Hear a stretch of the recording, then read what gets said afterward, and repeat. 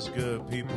Whether it's at everybody at work, in between class, while you're working out, or sitting on your ass, I want to welcome you to the CharlieGtv Podcast. And we have a hell of a show lined up here for you today, man. It's July 29th, and honestly, it's been hot as fuck, man. The high 70s to 80s. It was 90 degrees a couple days ago, you know what I'm saying? But shout out to the AC, keeping us cool.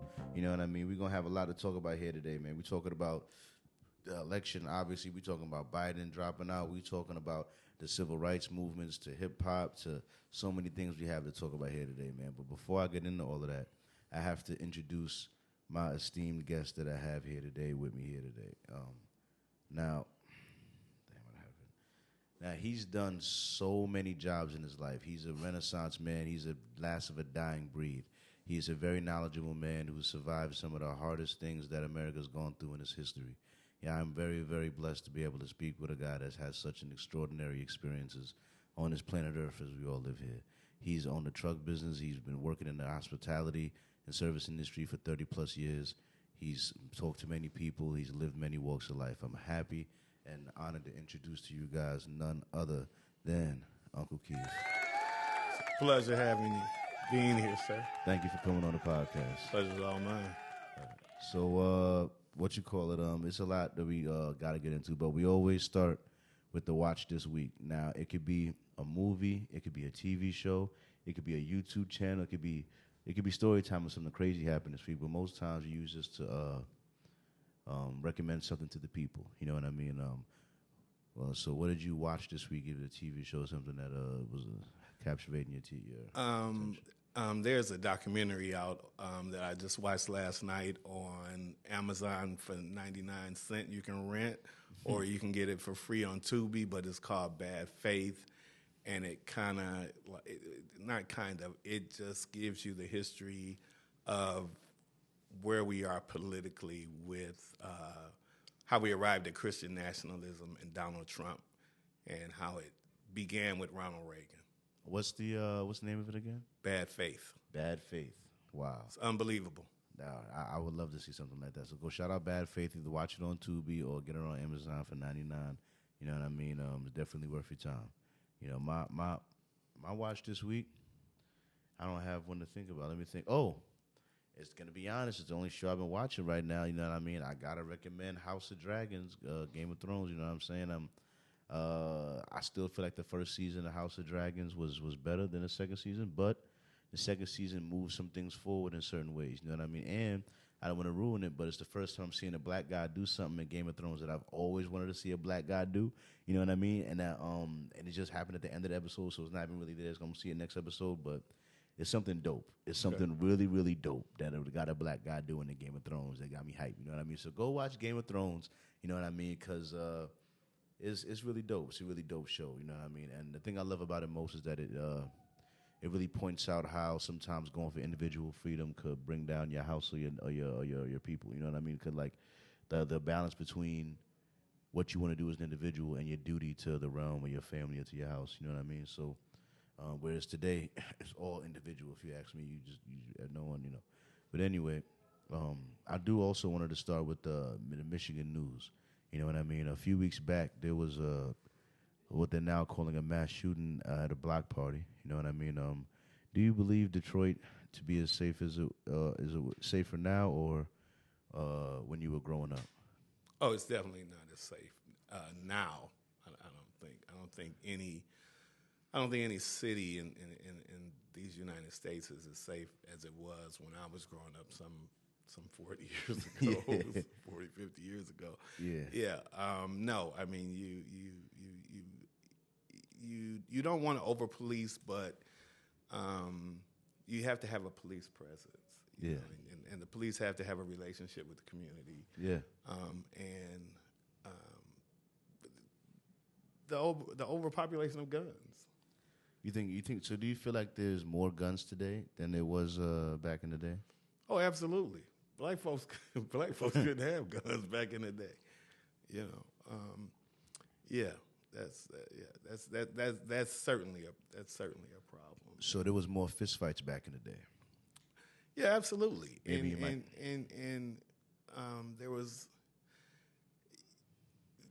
growing up was a little different. Children nowadays grow up in isolation. Children grow up looking at video games, which the predominance of them are violent. Okay, so they're desensitized by the time they're young men, young women. Yeah. So we didn't have that, and a lot of things you had to work out on your own. You can go outside all day long today and not see children interacting with one another. Yeah, you're right about that. Yeah. You don't see that often, really. No. You know what I mean? So another one I had here is that Belle Isle is being shut down apparently due to the bacteria level being too high with something like E. coli or something like that. I believe they're going to clean it up. It should be back open, hopefully, at some point. But I wanted to ask you, have you ever been to Belle Isle, that beach at any point? You know what I mean? Oh, of course. I mean, I don't go to the beach because I don't subscribe to people putting their dogs in the water that I want to swim in. Oh, speaking about the bacteria level being too high. Right. They keep the dogs out the water. You keep the dogs out the water. That might help a little bit, So no, I don't subscribe to beach going. The other beach I heard of where there was this dude telling me, yo, that's where all the baddest Detroit baddies is at. That's where the rich people bad. Yeah, I got to go to Myrtle Beach, and I never been to there. So have you ever heard of Myrtle Beach? Do you think he's right about it? He said something about there being like a boat party there every year or something. Yeah, well, Myrtle Beach is Myrtle Beach. It's in the South, and that's where we are. I mean, it's nice, and it it attracts us, and for a lot of different venues. You got Bike Week, and it's a lot of stuff going on down here. That's dope. Shout out to Myrtle Beach. I've never been there yet. You know what I mean? So, speaking of Detroit, I want to ask you: are you a Detroit native? Have you lived other places? Yeah, I was born and raised in Detroit, but I've lived in New York. I've lived in Atlanta. I've lived in San Francisco. Wow. New York, Detroit, Atlanta. Yeah, San Francisco. That's a lot. That's a lot. Yeah, it's a few. I'll fucks with it. What you go? So because these three cities is one that I particularly like to compare because my brother spent a lot of time in Atlanta. Spent about 6 years living in Atlanta. Right. And to me, Atlanta has sort of taken over hip hop to a degree. Like the South took over hip hop. Like New York started it, right, and then New York, East and West went at it a little bit. And now I feel like the South is like holding it for the most part, you know what I mean? And then you got New York. So, but New York, Atlanta, first of all, Detroit and Atlanta got to be some of the blackest cities, you know what I mean, in America, you know what I mean? Right. And then, absolutely. And then New York, like very culturally vibrant. So which three, if you had to live, I mean, you're in Detroit, but which one would you feel like is the most, like, I put all my money on Detroit right now. Putting your money on Detroit? Yeah, I mean, we're on an international waterway.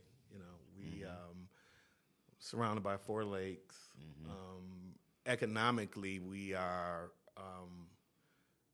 It's more in line economically for people to have a quality of life. You're not gonna have a quality of life in New York. You're not. Atlanta is slowly moving in that same direction. It's the Black Mecca. It's where all the professionals are. It's where Tyler Perry is. I mean, so that drives the economy in a different direction. It does. That's like to say it's Black Hollywood. Pretty much. So it goes. It's good wine, by the way. It's good wine. You like that? Yeah. What's the name of that? That is Curse of Knowledge. The Curse of Knowledge by Painted Fields out there. That's great. Make sure it's on the it's good. That's good product placement right there. That's good product placement. You know what I mean? It's on there. Shout out to Painted Fields, you know what I mean? But so tell me where we can pick that up at.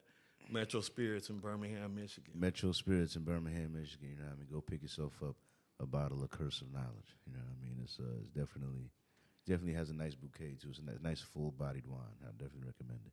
You know what I mean? What you call it? What question I had on here was, how do you think Detroit has changed over the years? Wow. Gentrification. Definitely. By which community would you say? I've heard some people feeling like the Mexicans are being a little invasive. Well, they're being invasive in places where it's been abandonment. Yeah. You know, it's just been total abandonment, and they, you know, somebody's got to do it. Somebody's got to come in there. Somebody got to come. You know what I mean? If not. So you don't feel like they're necessarily displacing black people, but in the places that they're in, you feel no, like because they are coming in, fixing up, you know, abandoned homes that people aren't living in. Exactly. You know, and if somebody comes in and offers to buy your house, that's not being invasive. That's, you know, hey, that's economic movement. That's an economic move. Yeah, you know. Yeah. Now, when you have you know, your Dan Gilberts. You know, they come in and get buying things, up the pennies on the dollar. Yeah, you know, you know, shout out to Dan. I mean, because if not for Dan, right? Hey, my mom works for. But I appreciate Dan, you know, because he moved the headquarters of StockX to Detroit. Yeah, you know what I mean. And so he doing his thing out there. I respect. He's done some great things, but I mean, you know, when you say displacement, I think that it's more like economic displacements, and in the sectors in which, you know, things are being revived, and it's basically downtown. Yeah, you know, and with that, you are economically, people can't afford it. Yeah. So what was your time like living in New York? It was actually boss. It was a great time. What years were like? This was during the 80s. You was in New York during the 80s. Yeah, so you know, disco, the Palladium. Wow, that is Studio 24. Yeah, you know, that's dope. Yeah, it was a great time when Harlem was Harlem. I lived in Harlem. Yeah, that's the best time to be in there because that's the birth of like that. That's when the shit was rocking in New York. Right, you know what I mean? Like, absolutely. You had your hot top fade with your joint to the yeah, that was before this. Before time, right? Yeah, you know what I mean. So who were you in high school? I was cool, but I was funny. You know, smart. Yeah. You know, but I was that cat that, you know, my parents couldn't understand how you getting all these A's and B's, but in citizenship, you cutting up in class. You know, but you seem like a guy that was always very, very adept at the skill of talking shit. Like you have no problem. yeah, pretty much. So you say you was, you know, just shooting the shit, talking shit. You know what I mean? Having fun. Having fun. I mean? That's good. You can't get mad at that. You know what I mean? But you made it out with your diploma. Absolutely. All right, that's good. 'Cause I know how to have a buddy or two. We used to call them in my high school super seniors. You know what I mean? That it took like 5 years to get out. 6 years to get out. You know what I mean? Right. And really, my school would let you finish too. You know what I mean? They let you hang in. There was some kids that I was 22, right? That was, but they should have been done like, you know what I'm saying? But the only reason why they would kick you out is if you was a bad kid. If you was a bad kid, that was like constantly getting into fights, constantly doing. Yeah, you disrupted. When there was a guidance counselor that used to like have fun with it, like because on your 21st birthday, the school is legally allowed to straight kick you out. You know what I mean? So when there's a bad student turned 21 in my high school, my guidance counselor used to get a little cupcake with a little see you later. Happy birthday! Right. Get your ass out of here. Yeah, I can see that. I can crazy. To think that you're supposed to graduate at like 18 and you're still there at 19, 20, 21, now you're getting kicked out with a can. Yeah, that's not cool. That's not cool. That's not cool. Yeah, but what you call it? So recently in the news, you know what I mean? We've seen a whole sorts of things happen from with the Black Lives Matter movement response to all of the violence that has happened from the police officers and things like that. You know what I mean? I remember personally, I thought that at the time, of course, I didn't like it. Like, of course, I felt bad about it. You know what I mean? But I didn't think it was like personally affecting me. Like, as in like I don't know how to put it. Like I wasn't my psyche. I didn't think it was until like a year or two after when I was happening, I had gotten pulled over by the cops, and I think this would be one of my first times getting pulled over by the cops, and all of a sudden my heart started beating super fast. Right. All of a sudden, I'm not gonna say I had a panic attack, but I was like, I was quite frightened, dog. I was like, dog, he's pulling me over. This is it. It's over. This is the end. Well, for some people it is, unfortunately. You know what I mean? I was like, I had my keys in my hand, and I was like, all right, officer. Like, I was trying to play it as safe as possible, dog. But I was just like, part of me was like, it's done, it's over. But now, with all of that happening, how do you feel about law enforcement today? Law enforcement is what law enforcement is. It's been that way. It's just now technology. You know, you have body cams, you have cell phones. You know, so you're able to capture. You know, some of these atrocities that are occurring with black people. So you don't feel like police have changed? Just our ability to capture what they do has changed?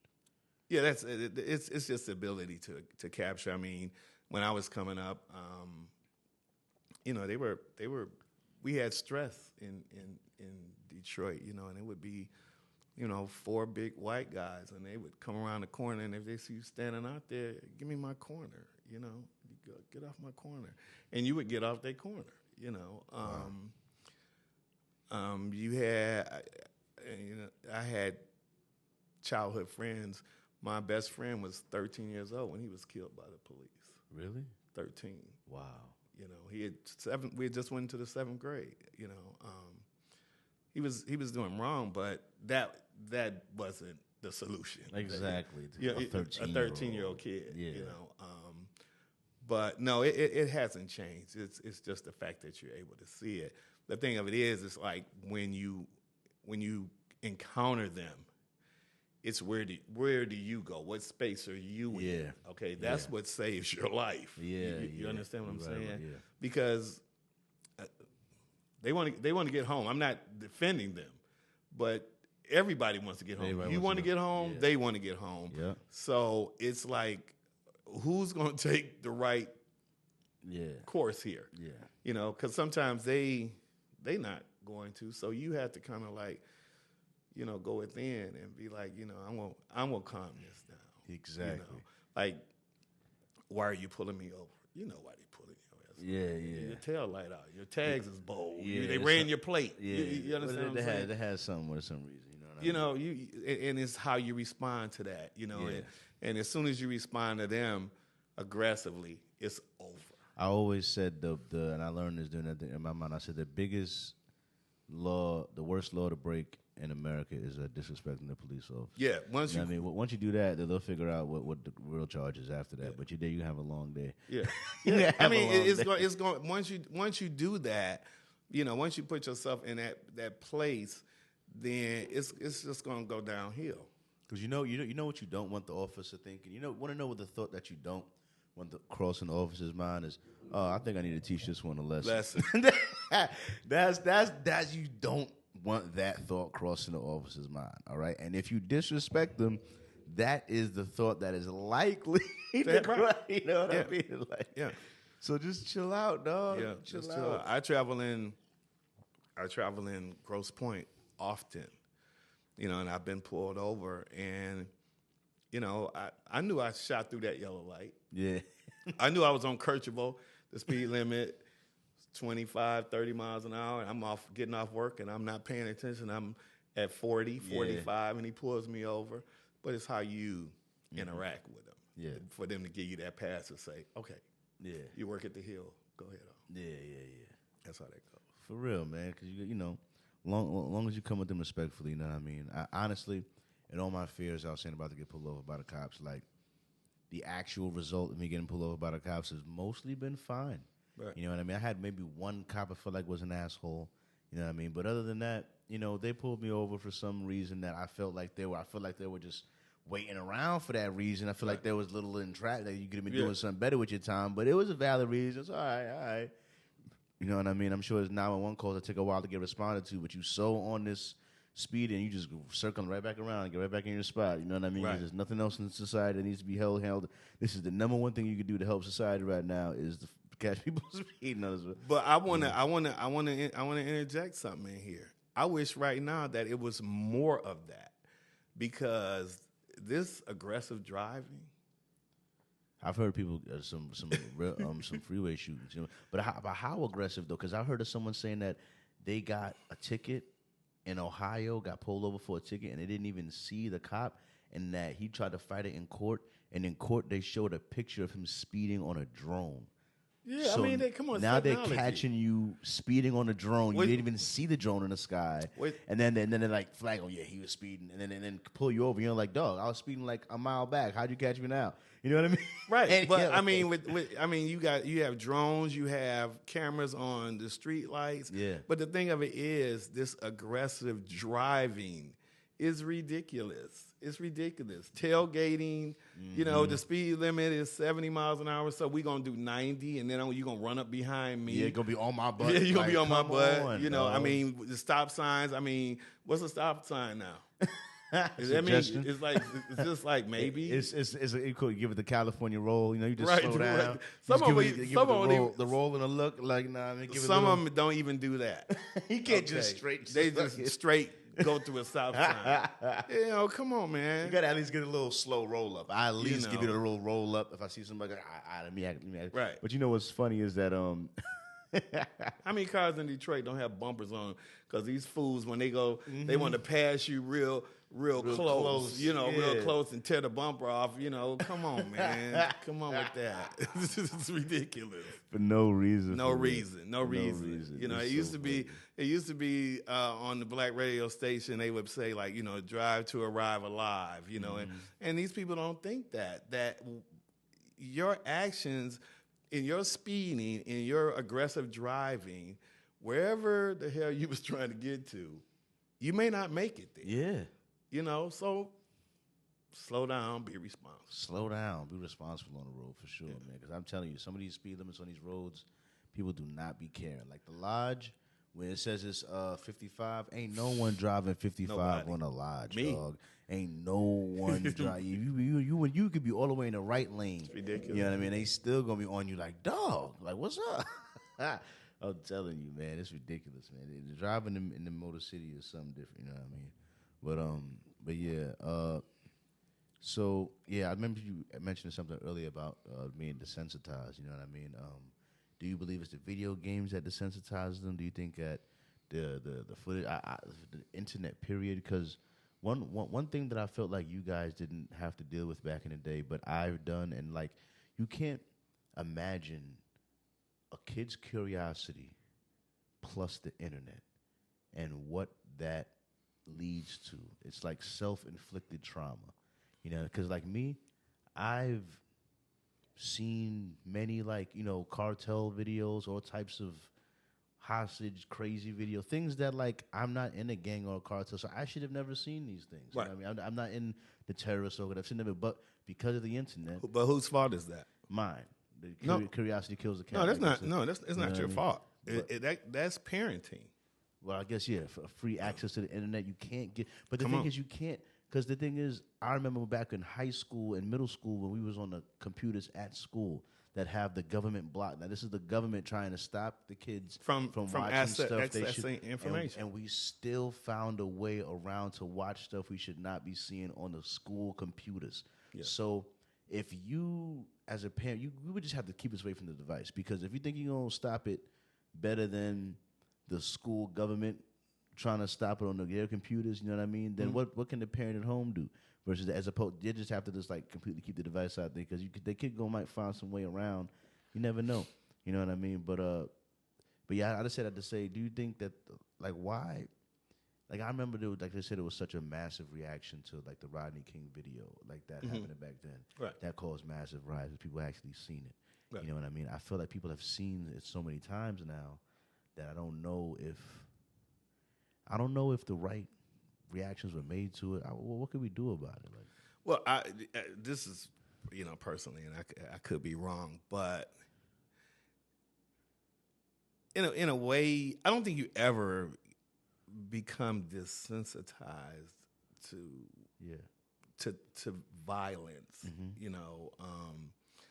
to wrong, to heinous. I think that there is so much coming at you at one time that you just can't filter it. You just, it clogs up. It's so much coming at one time that nothing really seems to get through. yeah. That's the way I see it. you know, you have to parenting, you know, schools. I mean, parenting is so hard nowadays to me. I don't have any kids, but you know, my little sister is like 14. You know what I mean? And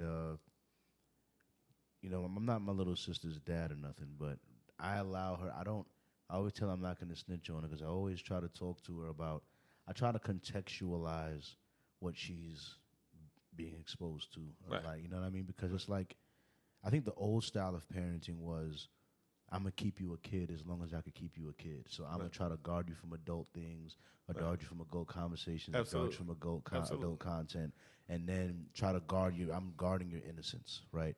And I think that in today's kids, their innocence is unfortunately being lost earlier than ever, and that their access because of the internet to the multitude of things, like, I'm telling you, they're mentally they stop dwelling in kidland a lot faster today than they used to. So you can either be in denial as a parent and be like, no, don't do that, and fight the never-ending wave of ridiculous information that they're getting hit with, or try to roll up your sleeves and contextualize and have the tough conversations about all the things that they could be possibly being exposed to a little sooner than you wanted to have those conversations. It's all a battle, I think. I'm not a parent. Mm-hmm. I have a niece who has fared quite well, okay, and in a single parent home. You know, people think that doesn't make, that doesn't cut it. You know that, well, not that it doesn't cut it, that single moms can't raise children. Well, that's untrue. That's untrue. You know, single parents do great jobs. I was raised by a single mother. You know, for they do great jobs. So, you know, if you're a parent that sucks, you're a parent that sucks. I mean, that's true. You can have a mother and father in both suck. Both of them suck. Okay, then where we going with that? You know, so they both suck. Yeah, it's just a fight, not to keep them innocent, but to allow them to be children as long as they can be. Because my father, one thing my father used to say is that you're going to be an adult way longer than you're going to be a child. Yeah, it's true. And that's the truth. I remember I was watching an interview that Umar Johnson had with the Breakfast Club, and he was talking about how the pipeline from special ed to prison pipeline, and he was talking about how, you know, how they say more money, more problems. Well, with education, more problems, more money. So when they said they're getting their kids evaluated too early. There was like first grade is too early to be trying to evaluate your kid for ADHD or these things. Their brain is still developing, you know what I mean? But they know that at 3 or 4 years old is when it starts the special ed class, so they can start getting the money by then. So they want to evaluate the kids sooner. So just with learning disabilities and things like that, he's like, a lot of them just needed a tutor. They didn't have ADHD. You know what I mean? Like, they needed the attention. They needed some attention. You know, they needed somebody to, work with them. Exactly. Hands on. Exactly. As opposed to in the more wider setting, they lost it. So, just with that, we're trying to keep the kids' innocence with certain things, like the way that they're allowing kids to make certain decisions or trying to act like they know what's up at 7 or 8. You know what I mean? Meanwhile, we can't even fully discern what's up with them every single because we don't have enough of a sample. So the first 3 years, they don't remember. Like, you know what I'm saying? Right. So it's like you got to give the brain a little time before you just like Ritalin, Adderall, drugs, this, that. Like absolutely. Can you give the brain a little time to develop, a little time to? The kid just got here. You know what I mean? That's the easy way out. You know what I'm saying? Just drug them up or something. That your kid's hyper or something. Kid's 5, kid's 7. Jesus. Like you're trying to already diagnose him with something like, my brain has only been here, but not even done growing. Well, what do you know what my brain is yet? You don't even. Right. There's parts of it still growing. You know what I mean. Before you just decide it's this and that. You know what I mean. So and then what did you do to kind of like fertilize the brain cells? Did you just sit them in front of a screen? Was there any interaction? Yeah. Was there hugs? Nurturing, talking to the kid. You know what I mean? Communicate, So all of these things need to be built up with I believe that. You know what I mean? What you call it? So, what was it like during the civil rights movement? You know what I mean? What were black neighborhoods like back then? You know what I mean? I always imagine. Well, I'll let you. So, what do you think? Well, I don't go back that far, but No, but but I'm just saying, like, yeah, well, things were a little different. Things were a little different because the economics were a little different. I think that, you have in Detroit. Okay, let's talk about Detroit, the Motor City. Yeah.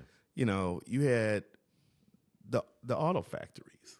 Okay, where you could go in and make a decent living. Mm-hmm. Okay, you could buy a house, you could retire. Yep. Yeah, then they open it up where you could, get these city jobs, be a bus driver. Everybody doesn't have to have a college degree everybody doesn't have a college degree to make it. Mm-hmm. But coming up during that time, they were, I guess, trying to quell the anxiety and animosity of black people, so there were more opportunities. Okay. It was still hard to buy a home. Still hard to buy a home. They wanted you to rent from them. No, they wanted you to rent. They were still trying to keep you at a certain level. Well, they still trying to be in your pocket. You understand what I'm saying? I can let you make some money, but you're going to give it back to me. Okay. That's messed up. I see that. All right. I always thought that, like, I always say, because I can't remember who else I was going to say. I always felt like when the white man was at his worst, we were at our best. You know what I mean? Well, when was he at his worst?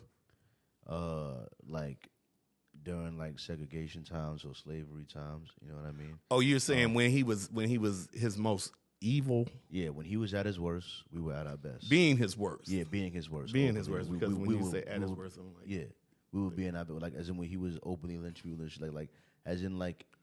Today, racism and stuff still exists today, you know what I mean? But it's not as open, you know what I mean? It's not at its highest peak or at its most visible as it was then, and therefore the enemy isn't as clear. Oh, he's clear now. You know what I mean? Donald Trump is clear. Christian nationalism is clear. I mean, it's clear. It's clear. I wonder about that. I wonder about that agenda. We're gonna get into that. But what you call it? So. You may touch on this earlier. I was asking you, feel like black neighborhoods were safer back? Because I was just thinking, like, if you was in an environment where, like, every time you go to the white man's neighborhood, you had a danger of getting carted off somewhere, or just disappeared because no one's really looking for you because you're a black guy back then. You know what I mean? Like, I would imagine, like, when you were in a black neighborhood, you're like, oh, I'm safe here. It's my people here. You know what I mean? They ain't gonna do nothing to me randomly. I mean, if I got an issue with somebody, but I don't got it, you know. But it's like I imagine feeling safer in a black neighborhood than I would in a white neighborhood. Because even when I was younger, I felt safer in a black neighborhood. I always wondered that too. I was like, why, when I'm in a white neighborhood, like nothing but white people, and I know I'm not supposed to be there, and I'm hanging out with this white guy smoking a doobie, I'm mad paranoid. We in the middle of the bushes, no one can even see us, but I'm scared as fuck. But I'm smoking on the block with my homies in front of the thing in the park. I'm not worried about shit. I'm chilling there. You know what I mean? Like, well, that's natural. I don't know why. But when one time I got arrested for weed, it was in the white neighborhood. It wasn't in the hood. You know. Well, I mean, that's why you had the anxiety. That's why you were nervous, because you out of place. Yeah, okay? you know why you ain't supposed to be over there. Supposed to be over here. And they mad you over there. You know they mad you over there. Right. So they might fuck with you because you over there. Oh yeah, you know what I mean. If you go to the hood and go do what you're doing, they ain't worried about you over there. All right, because that's what you doing. What you're supposed to be doing. Where you doing it. All right, that's according to the program. All right, it's when you out here.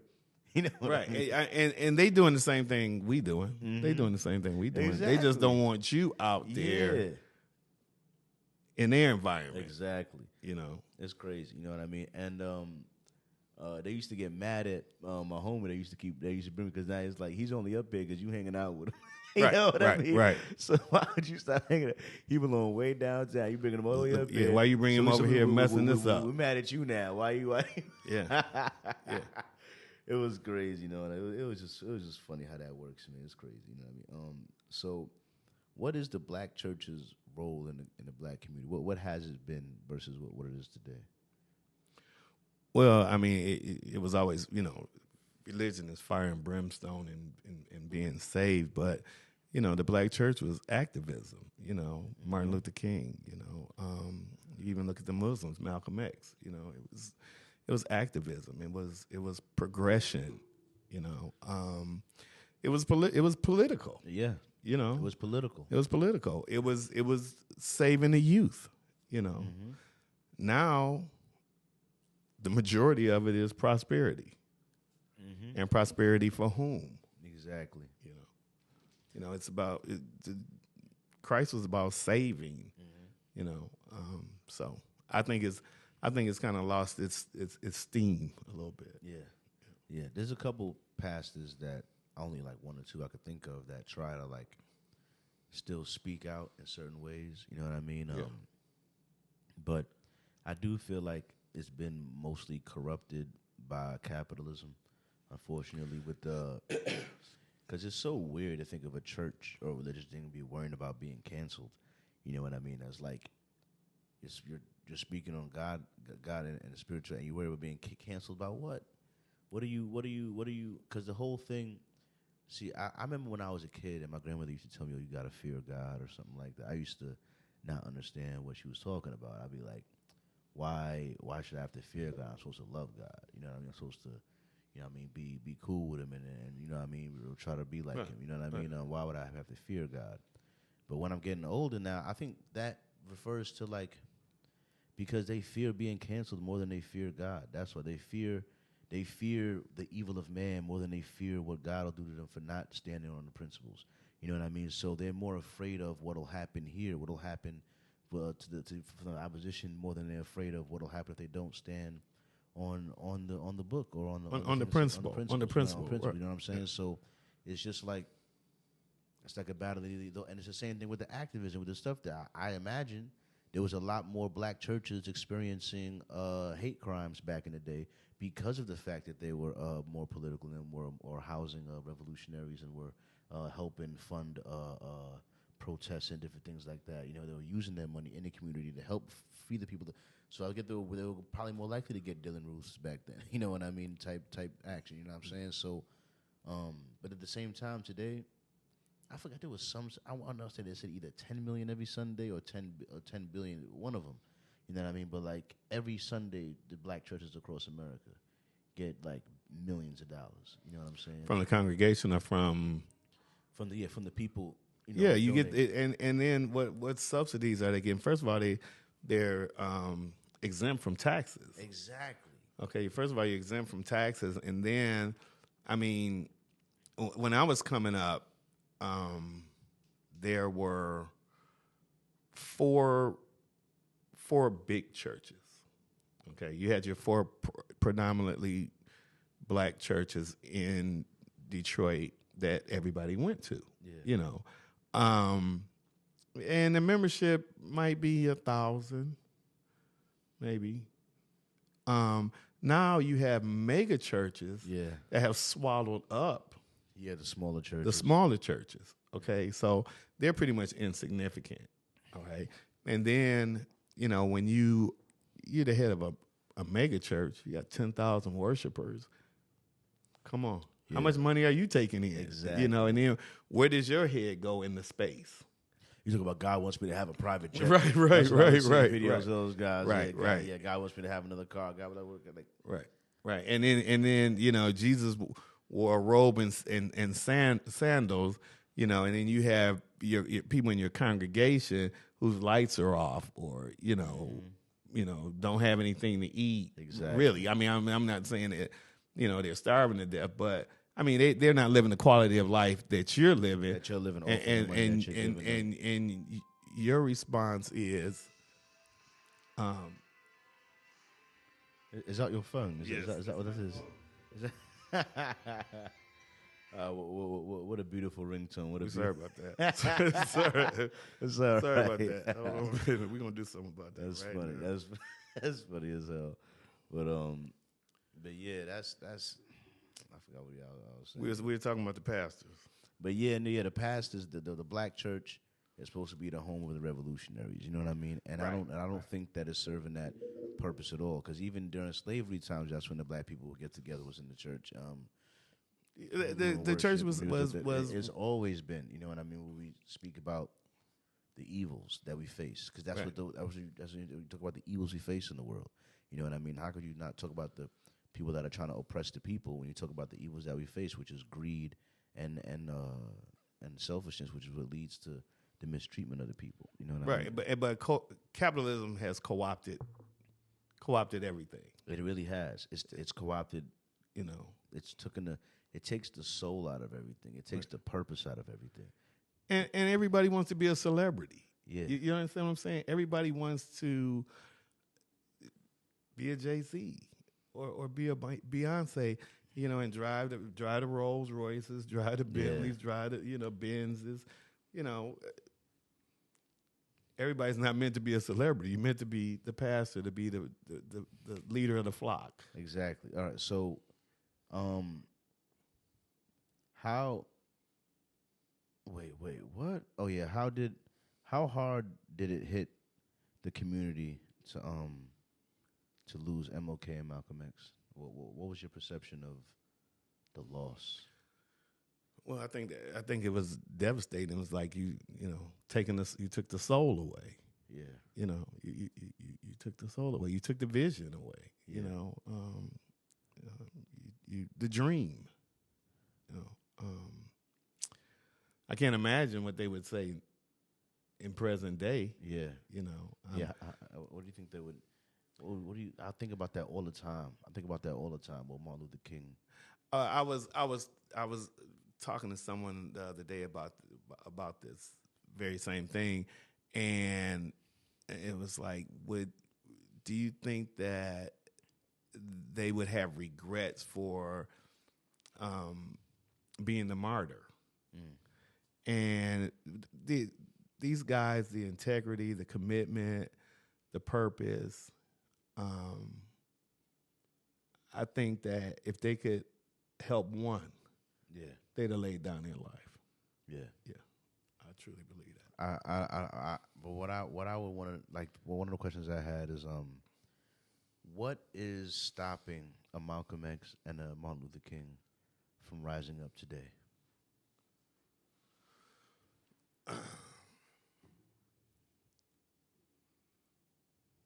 What's the return on the investment?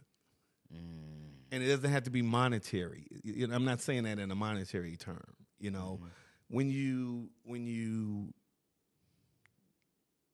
it's not a reward. You know what I'm saying? It's not that, you know, I'm doing this for you to, you know, say great things about me. Yeah. But it's an investment. Yeah. And with my investment, I want a return. I'm looking for a return.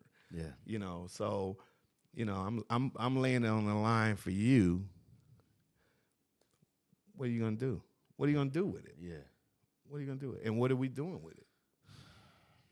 Yeah. So that's why the question I had, one of them I had on there was, do you think today's black people are worth dying for? Like, do you think the Martin Luther King that would exist today, or whatever, like you said, a return on investment? You know what I mean? So is it worth the investment? Because that's because I was thinking about that, because I was going to write a letter to Dr. Martin Luther King, because one of the things that drive me personally, because I know I'm a crazy person for it, you know what I mean? But I always say, I am the hope. You know what I mean? Yeah, you are. Because I don't see a lot of leaders that I look at like that they're gonna make that sacrifice. Because I think one of the things that stops the one from rising up today is what you brought up. What do I get out of it? It's because of the. It's not what do I get out of it. It's what's the return on the investment. That's you know, I mean, you can say that. What do I get out of it? I see what you're saying. But I'm investing. I'm investing all that I have. Now, what are you gonna do? I don't take my money to Schwab and hand Schwab $10,000 and be like, he says, oh, it's just gonna sit there. You know, are you gonna pick up the baton? You know, are you gonna register people to vote? Are you going to march? Are you going to what are you gonna do too? I mean, I can't. He couldn't pick it up and put it on his shoulders by himself. Yeah. You know, we have to have some skin in the game. Yeah, I agree. You know, Simple as that. I totally agree. You know what I mean? I think that there's more there's more black millionaires today than there was back in those times. Another question I had, the same way how there's no Malcolm X or MLK trying to rise up. Right. What is stopping a Black Wall Street? Why did Black Wall Street exist during segregation? Well, the key word is segregation. You didn't have nowhere else to put your money. But there isn't one today. Why did they agree back then when there isn't one today? Because you don't need one today. You can. It's integration. You still need one today. You need actually. I feel like we do need one today, but it's not. You think you need a black bank, or you think you need a black hedge fund? All of them. Everything. Well, I'm sure there's some black. I think I read the other day where there's I know at least I know one. Yeah. One, but I think we don't control nothing. And getting back to what you said about why hasn't one risen up? What happened to the last two? Yeah, but here's my thing. And if they were to return today and look at the condition that we're in, not saying that we all are,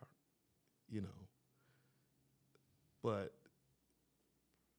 So you telling me I gotta be a black man in 2024, and I gotta believe that the white man has a guy that's willing to get shot and keep fighting for him, but me, the black man today, looking at all my strong black men that have millions of dollars, none of them are willing to. They're willing to make nothing but diss record. If they gotta be gangster against one of their own kind, they're all about it. We'll write diss records. We'll rap about how we're gonna kill this other black guy all day. But if it's ever about helping the people that, listen, I ain't trying to get in trouble. Listen, that's how you get shot. All of a sudden, y'all scared to get shot. Y'all talk all this gangster dumb shit. Y'all all willing to die for the dumb. My block, he took my chain. Like, hold on. Like, y'all all willing to die over that. But for the cause, for the people, I don't know. But I'm gangster, though. Like, that's why I feel like, man, the gangsters, the Black Panthers, the people that was, like, willing to with the shits back in the day, they had their energies directed at the real enemy. You know what I mean? Or about the real problems. You know what I'm saying? Whereas today, everyone that can just runs away to save themselves. You know what I mean? Well, I mean, we're living in a selfish time, but I don't think that any particular group has anyone that's you don't stand up for right. You don't stand up for truth. You don't push back against the powers that be, thinking that you're going to be assassinated. Okay, that's not. You're not. No, you do.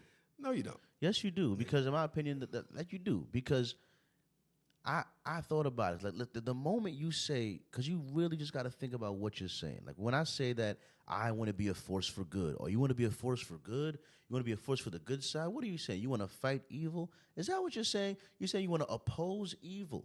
Right. All right. That means you want to be the enemy of evil. All right. Evil doesn't have the same playbook or rules of engagement as you because it's called evil, right? Okay. So when you're really thinking that you're going to fight evil, thinking that you're going to oppose evil, like evil is willing to kill to keep things evil. Are you willing to deal with deadly force to make things good? Because that's one of the things I always thought hurt the black people's movement. Not that I need to be violent, but I'm just saying, if your enemy's willing to kill to keep you not free, and you're not willing to kill to be free, guess what happens? You're not free. Okay? You know what I mean? If you're not willing to die to help your people be free, and they're willing to kill to help you not be free, then your people won't be free. It's one thing to be in a space where you're willing to die for your cause.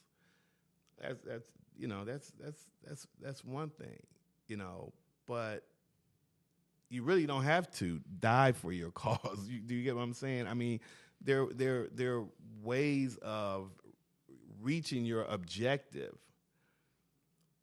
without succumbing to violence. And I think when you said they have somebody that'll stand up and take a bullet. Who are you talking about?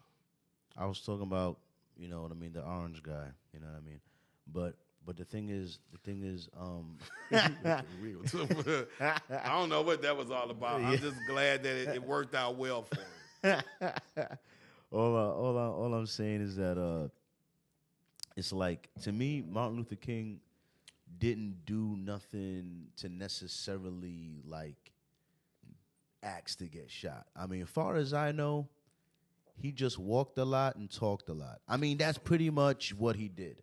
I mean, I'm simplifying it a lot, but like, you're oversimplifying it on purpose, on purpose, because I'm like, he didn't tell anyone to go hurt anybody. He was a peaceful. He didn't go hurt anybody. Right. He didn't go. All he did was walk a lot and talk a lot, and then he walked and then he talked and still he didn't even curse a lot. I could barely hear him.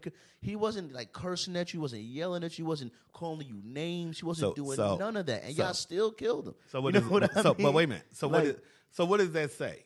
Yeah, I still killed him. But what does that say? That from your observation, that says if you open up your mouth for the people and then start any movement, we will kill you. That's what I think that it all depends on how powerful you are. Yeah, because there's a lot of people out there talking. Yeah. A lot of people out there talking. Ain't nobody paying. That internet is full of people spouting off. That ain't gonna move a rock. No. And then you have to look at the times. The times that these things were occurring. Mm-hmm. They were still lynching people. Okay. Mm-hmm. It was a lot of crazy shit going on. Mm-hmm. And these people felt that this is the solution, which, that's a pretty big. I always that's a pretty big subject that's out of my wheelhouse. Okay, I feel like. So tell me what you think about this theory, because I think it's a little out of box, but I do feel this way. I think that desegregation was one of the worst things that ever happened to the black community. I think that when you look at the black community under segregation and you look at the black community since desegregation, that almost every category is like worse almost. You know what I'm saying? Like marriage is worse. The safety in the black community is worse. The amount of businesses in the black community is worse. Like just what did we really benefit besides the best amongst our black people running the fuck away? That's what happened. The moment desegregation happened, the best, most brightest, most affluent black people said, peace out. You know what I mean? Okay. So you can look this up. Martin Luther King said about integration, I believe I have led my people into a burning house. Mm-hmm. He later on questioned his push for integration. And I believe we were right, because like you say, the best and the brightest leave because they don't want to deal with the most ignorant among us. But you wouldn't have, if the best and the brightest wouldn't have left, you wouldn't have some of the social ills that you have, because people would have saw examples. Mm-hmm. Okay, you're forced to stay. You got to roll up your sleeves and go. No, not necessarily being forced to. You're forced to stay. I'm here because I want to be here. But young men coming up, the dentist lives next door to them. Yeah, the policeman lives next door. You got firefighters and policemen that don't even want to live in the city that they getting paid from. Exactly. You get what I'm saying? Which is ridiculous. When I was growing up, my English teacher lived on the same block as me. My friend's father was the fire chief. He lived right around the block. You know, they never moved. You know, there's some people that want to be. They see that being with a certain group of people adds cachet. Yeah. You know, adds affluence. Yeah. You know, and it goes back to that thing about you saying selfish. Yeah. You know, but I don't, like I said, I don't understand. I don't understand the reason and why. You know what I mean? I heard someone else say, they said there was this law back in the day with slavery where they felt like slave masters could only allowed to free so many slaves at one time a year, and he said something like that. It was like set black people against each other because they started feeling like only a couple of us could be free. okay, wait a minute. I own some slaves, right? I own some slaves. I got some free labor right here, right? Yeah. So what? I want to have amnesty one day out of the year? No, I'm only allowed to free. Like if I own 100 slaves, I'm not freeing. and I wanted to free all 100 slaves, the state would be like, you're not allowed to do that. You're only allowed to free like three. I would like to do some research on that because I can't imagine if I own slaves. There's a certain mindset that I'm in. And that mindset is economic. Yeah. Okay. So one day I'm gonna wake up and have my come to Jesus moment and say, I want all 100 of my slaves to go. But what you don't see is that it creates division amongst the slaves, which is part of the. What created division amongst the slave was the color of their skin. Have you ever read the Willie Lynch letter? Yeah, I read it, but it's years ago. There was a whole thing. It was this guy that was like this famous breaker guy that was giving them the methods for breaking men or whatever, breaking the and, right. It was said in the thing that if it's done right, it should last for generations. And they said to separate them by height, by color, by like all of these things to create divisions within the slaves. Right, but all you need to do is this. This is all they needed to do. This is what they did. It was by color, which goes on to this day. Mm-hmm. We do that amongst ourselves. Yeah. So that's lineage and continuity. It's come through the years, the centuries. But you had the house nigga. You had the field nigga. Yeah, yeah. That caused tension. Yeah. That in itself. For sure, yeah. You know, it's kind of like the waiter and the cook. Yeah, you know what I'm saying? Come on. You funny as hell. That's funny. I never thought of that. Come analogy. on, come on. Funny as hell. That's what that is. That's funny as hell. you out there picking cotton. Yeah. Okay, and I'm in here polishing the plates. Yeah. Come on. We both were. We got a problem. Okay, I know I don't like you. What you call it? So, should black people get reparations? And if so, what form should it take?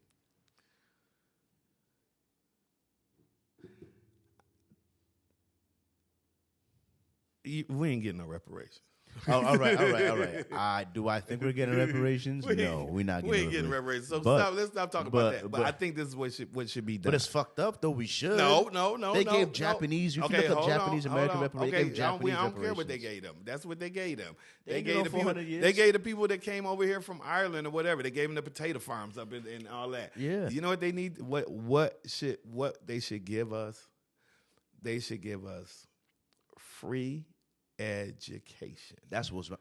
We should have free education to any university of our choice, and we should be able to have the best. We should have automatic preschool and child care. It's some stuff you can do. You ain't got to give me reparations. It's some stuff you can do to propel me to success. I like that better because my thing is this. What you gonna do with the money? When I talked about reparations, I always wanted something like what was like free college, right? Free education. You know, because I'm sorry, black people, that I don't trust y'all with the money, dog. I'm sorry, but because I know one thing is this. I know one thing for sure. If they ever give us reparations, dog, it's done after that. They ain't trying to hear not one peep out of you about the white man did this. That is quiet for that. Now it's literally all your fault. You know that, right? If they give us reparations, they ain't trying. You gotta be quiet. And now you a loser because you a loser. All right, it's done. All right, if they give you they cut a check and everyone goes spend it on Jordans and Rollies and Buffs and then come back the same way broke like all that. COVID-19 is the last check that we'll see. Okay, that was it. That's it. Trust me. And they still pissed off about that. Yeah, they should. Yeah. No. We that's out. That's out. Yeah, nah. I can't. Oh my God, reparations, dog. Listen. They pissed off because they forgave student loans. Yeah. The few that they forgave. Yeah. So what you think? They gonna go in the bank and student loans and are start so crazy because like that's like an investment in your people. You know, if you got people that are smart enough that could have contributed to society more, if you just would have nurtured their intelligence and would have brought them to a high, then they could contribute more to the country. You know what I'm saying? But the fact that you made such a barrier, like I was in college for 1 year, but that was my mother's little college fund could only afford 1 year, and after that 1 year, I would have had to sign something to get like mad college debt. You know what I mean? But and, that's a gain. I didn't want that was a con too. Yeah, that was a con. You know, I mean, you got people hundreds of thousands of dollars for education, in debt, education, for education, credit jacked up. You know, you'd never be able to pay it back. And especially in 2024, because the crazy thing about 2024, like me as a person, I thought about it like I'm starting a production company. I thought for a second about, maybe I should pick up a college course on photography or like this other thing, this, that. And I was like, I thought about like, there's so much information. I've learned so much from YouTube on ISO, on YouTube, about the cameras and different apertures and different lenses and wide angle and fisheye and this, that, and learn how to put this together. There's so much I've learned on YouTube. And if you really do want to buy something, a lot of these people sell courses that are directly directed at what you want to learn. So you can spend just $100 or $50 and get exactly direct knowledge. Because one thing I always felt like was a scam in college was prerequisites. You know, that's the class I want to take. Right. You telling me I got to take that class before I can take that class. Right. Meanwhile, I got to pay for both of these classes. Yep. So I got to pay to take that class just so I could take that class.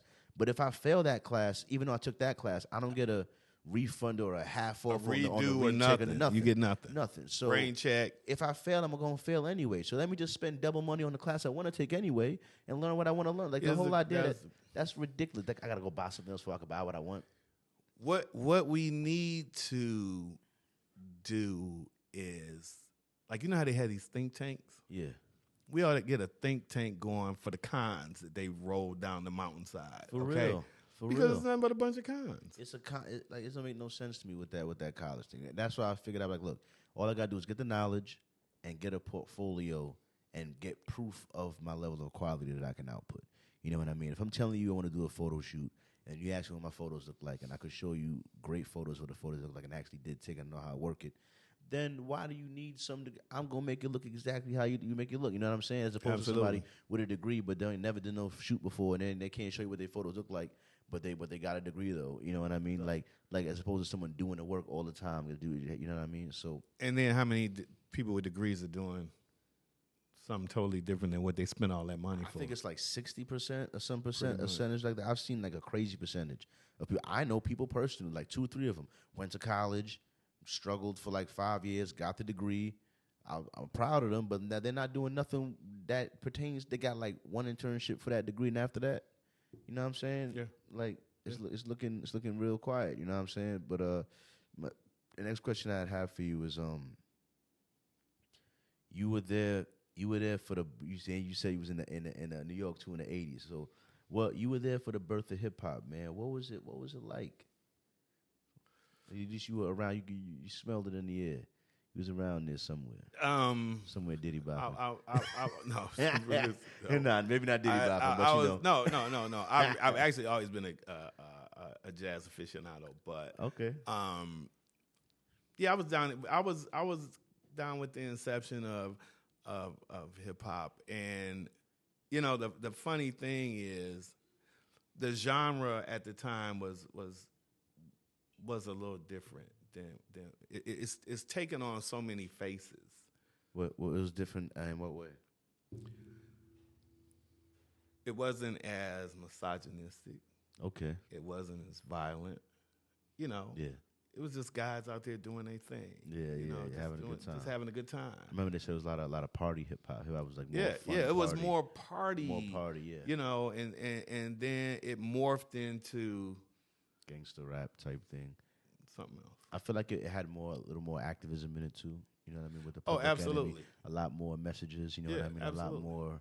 you know what I mean, revolutionary energy in hip hop when it first started. Yeah, absolutely. You know, it's like I say, it's morphed into to something else, and that happens because people figure out what sells. The capitalism, once again, corrupting everything. Terrible. Goddamn capitalism. I'm just saying, it's terrible, man. It's just corrupting everything. With the hip hop thing though, yeah. Verse. What like? Kendrick Lamar and yeah. How do you Drake. feel about hip hop? How the beefs and how it's evolved today versus like back in the day? Like, I truly think that lessons should be learned from hip rap beefs. Period. yeah. Okay, done with beefs in the street, beefs. I think we should just be done with beef and just do turkey and chicken. And come on, man, come on, time out for that. You know, how did that end up the last time? Exactly. You know, because here's the thing, it's not going. These guys are up here. It's just like, and I hate to even keep talking about this cat. You know, it's like. They're removed, and so the people that are really beefing are the soldiers on the ground. Yeah, and their entourage really going. And not the entourage, it's the fans. Yeah. Okay, Donald Trump. Yep. He don't care. It's the people on the ground. It's the people that ain't got nothing. That's keeping this going. Yep. You know, these cats is doing what they do, making good music. You know, which is fine, but. That beef stuff, we didn't seen how that. Yeah, how that we've seen this movie too many times. Yeah, we've seen that. I'm not with that at all. So, one of the things that bother me about hip hop in today's era going on here, I'll just read the question. What it says here. It says, "How do you feel about rappers today? A good portion of them, Drake included." Wearing nail polish.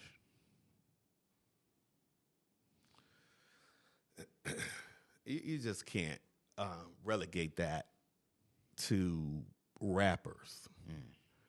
You know, I'm a news junkie, fiend. Yeah. Okay, that's my thing. So, but I don't watch local news. Okay, you know, but you know, I see pundits. I see people from I see men, and we're talking about men. Yeah. Okay. I see men from all walks of life who do what they do.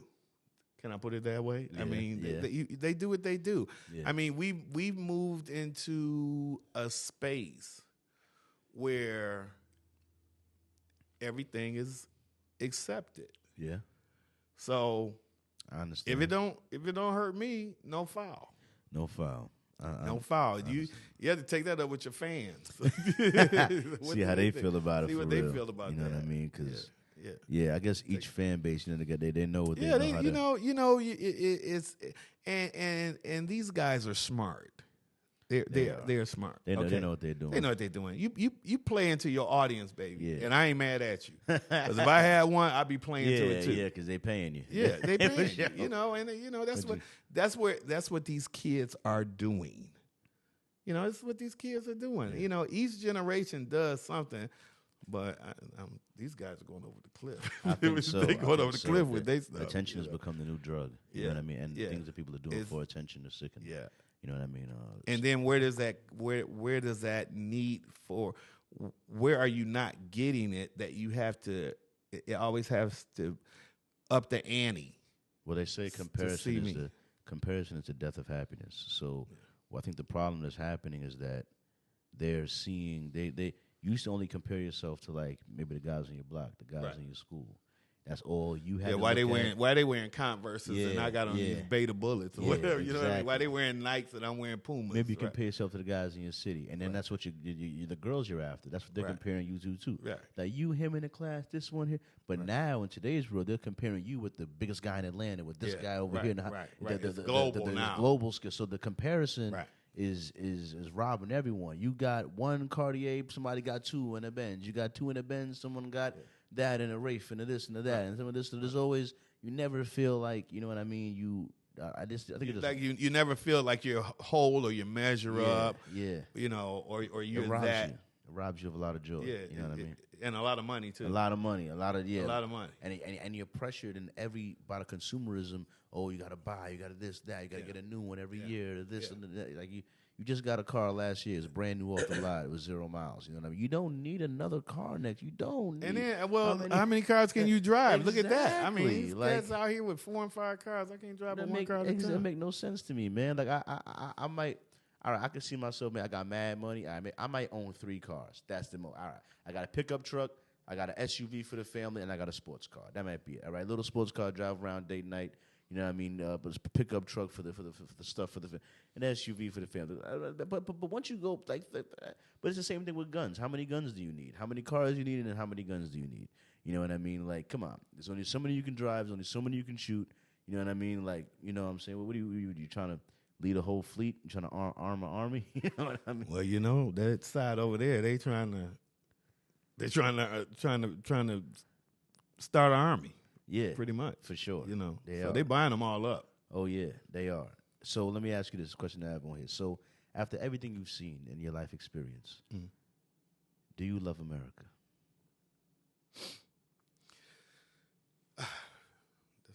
That's a good question. My mother used to say, "It's better to be liked than to be loved." Yeah. You know, because you can love somebody. You love your mother. Yeah. You love your daddy. Boy, I sure don't like the shit he putting down over here, okay? Mm-hmm.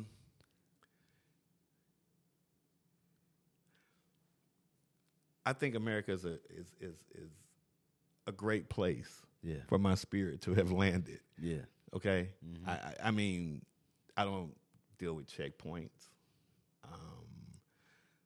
I don't deal with a lot of things that other spaces deal with. Mm-hmm. In that sense, I'm not gonna say. Yeah, okay, she's great. Okay, she's great. What'd you call it? So I forgot to mention it earlier, but I was told that you spent some time as a flight attendant. Yeah, I did. What were some places you've seen? Even in passing. Have you gone international at all? No, but I've traveled a little bit international. A little bit. Never. I won't do it now. Why not? Oh, because America is the state of the world right now. But yeah. I don't. I haven't flown. I can't even tell you the last time I've flown. In respect to the fact that things have changed so much. You know what I mean? It's a comedian that makes a joke about being on the plane and the lady had a parrot. Okay. Wow. You know, or I'm allergic to dogs and cats. You know, people bring dogs and cats on airplanes. That's crazy. Society is unhinged in small places. They want to act crazy. I've seen Instagram and all of stuff that on United Airlines. You know what I'm saying? No, I've only been to. I've been to Jamaica. I've been to the Cayman Islands. I've been to Canada, but I was too young to remember. And that's about it. I'm going to go to London, the UK. I have to. After the amount of dedication I've spent to the Queen's English, you know what I mean? I owe it to myself to go to England one day. I definitely plan to do that. You know what I mean? But I want to do Amsterdam. Yeah, I've always wanted to do. I want to do Amsterdam. I want, and I'm going to do it. It's not, I'm going to do it. There are a few places that I want to go, but here's the thing: I want to go somewhere where I feel comfortable, where I feel wanted. I want to go to Monaco. Yeah. Okay. I want to go to Monaco. It's only a couple places I want to go. I'm not trying to go to Australia. To say that I went to Australia. I'm not trying to go to Germany. I'm not trying to go to Italy. I don't like, Italian food ain't my thing, but I work in an Italian restaurant. Okay? I do like Italian food. I like Italian food, but I don't know if I like Italian culture like that. I don't know. I don't think they're gonna put the work into the. I do want to go taste some Italian food in Italy. I get acid reflux from the acid in tomatoes. So I don't like that too much. And then the other thing is, I think I'm more a fan of like American Italian food too. Cause I ain't gonna lie, I'm kind of mad at my spot for not having no fettuccine. Like, come on, dog. I ain't gonna lie. You got Casio Pepe. Yeah, but that ain't quite. That ain't. It's something. It's close, but it ain't. You know what I mean? And I ain't never made. And listen, I know fettuccine Alfredo is chicken Alfredo is like the number one. They say that's a side bitch meal.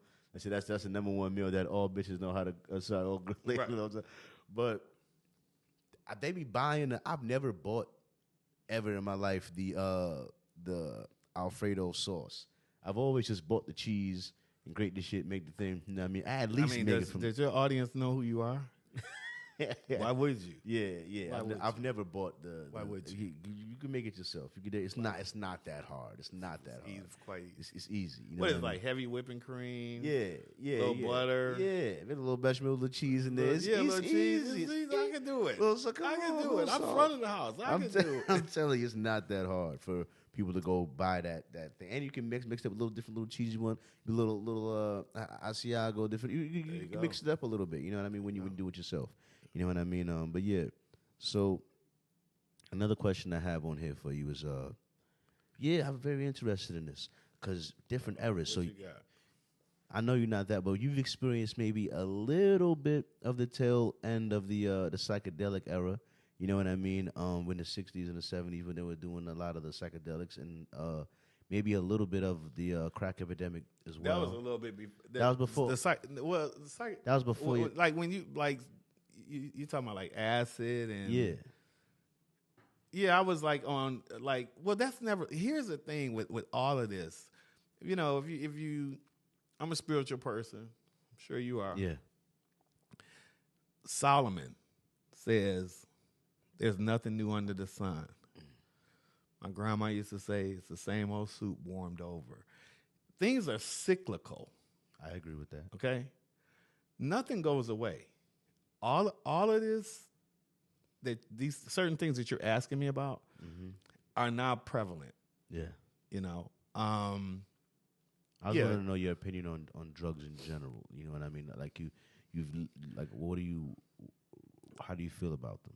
Like weed or versus the psychedelics versus what the white people in the meth or the coke. Well, I mean, coke was a lot lit in the 80s from what I hear. You know what I mean? You lived through the best coke era ever. Yeah, you know what I mean? Well, yeah, it was. Well, you know that I'm not speaking from experience either. Okay, but yeah, it was. You know, and the crazy thing about it was, I mean, it had its day.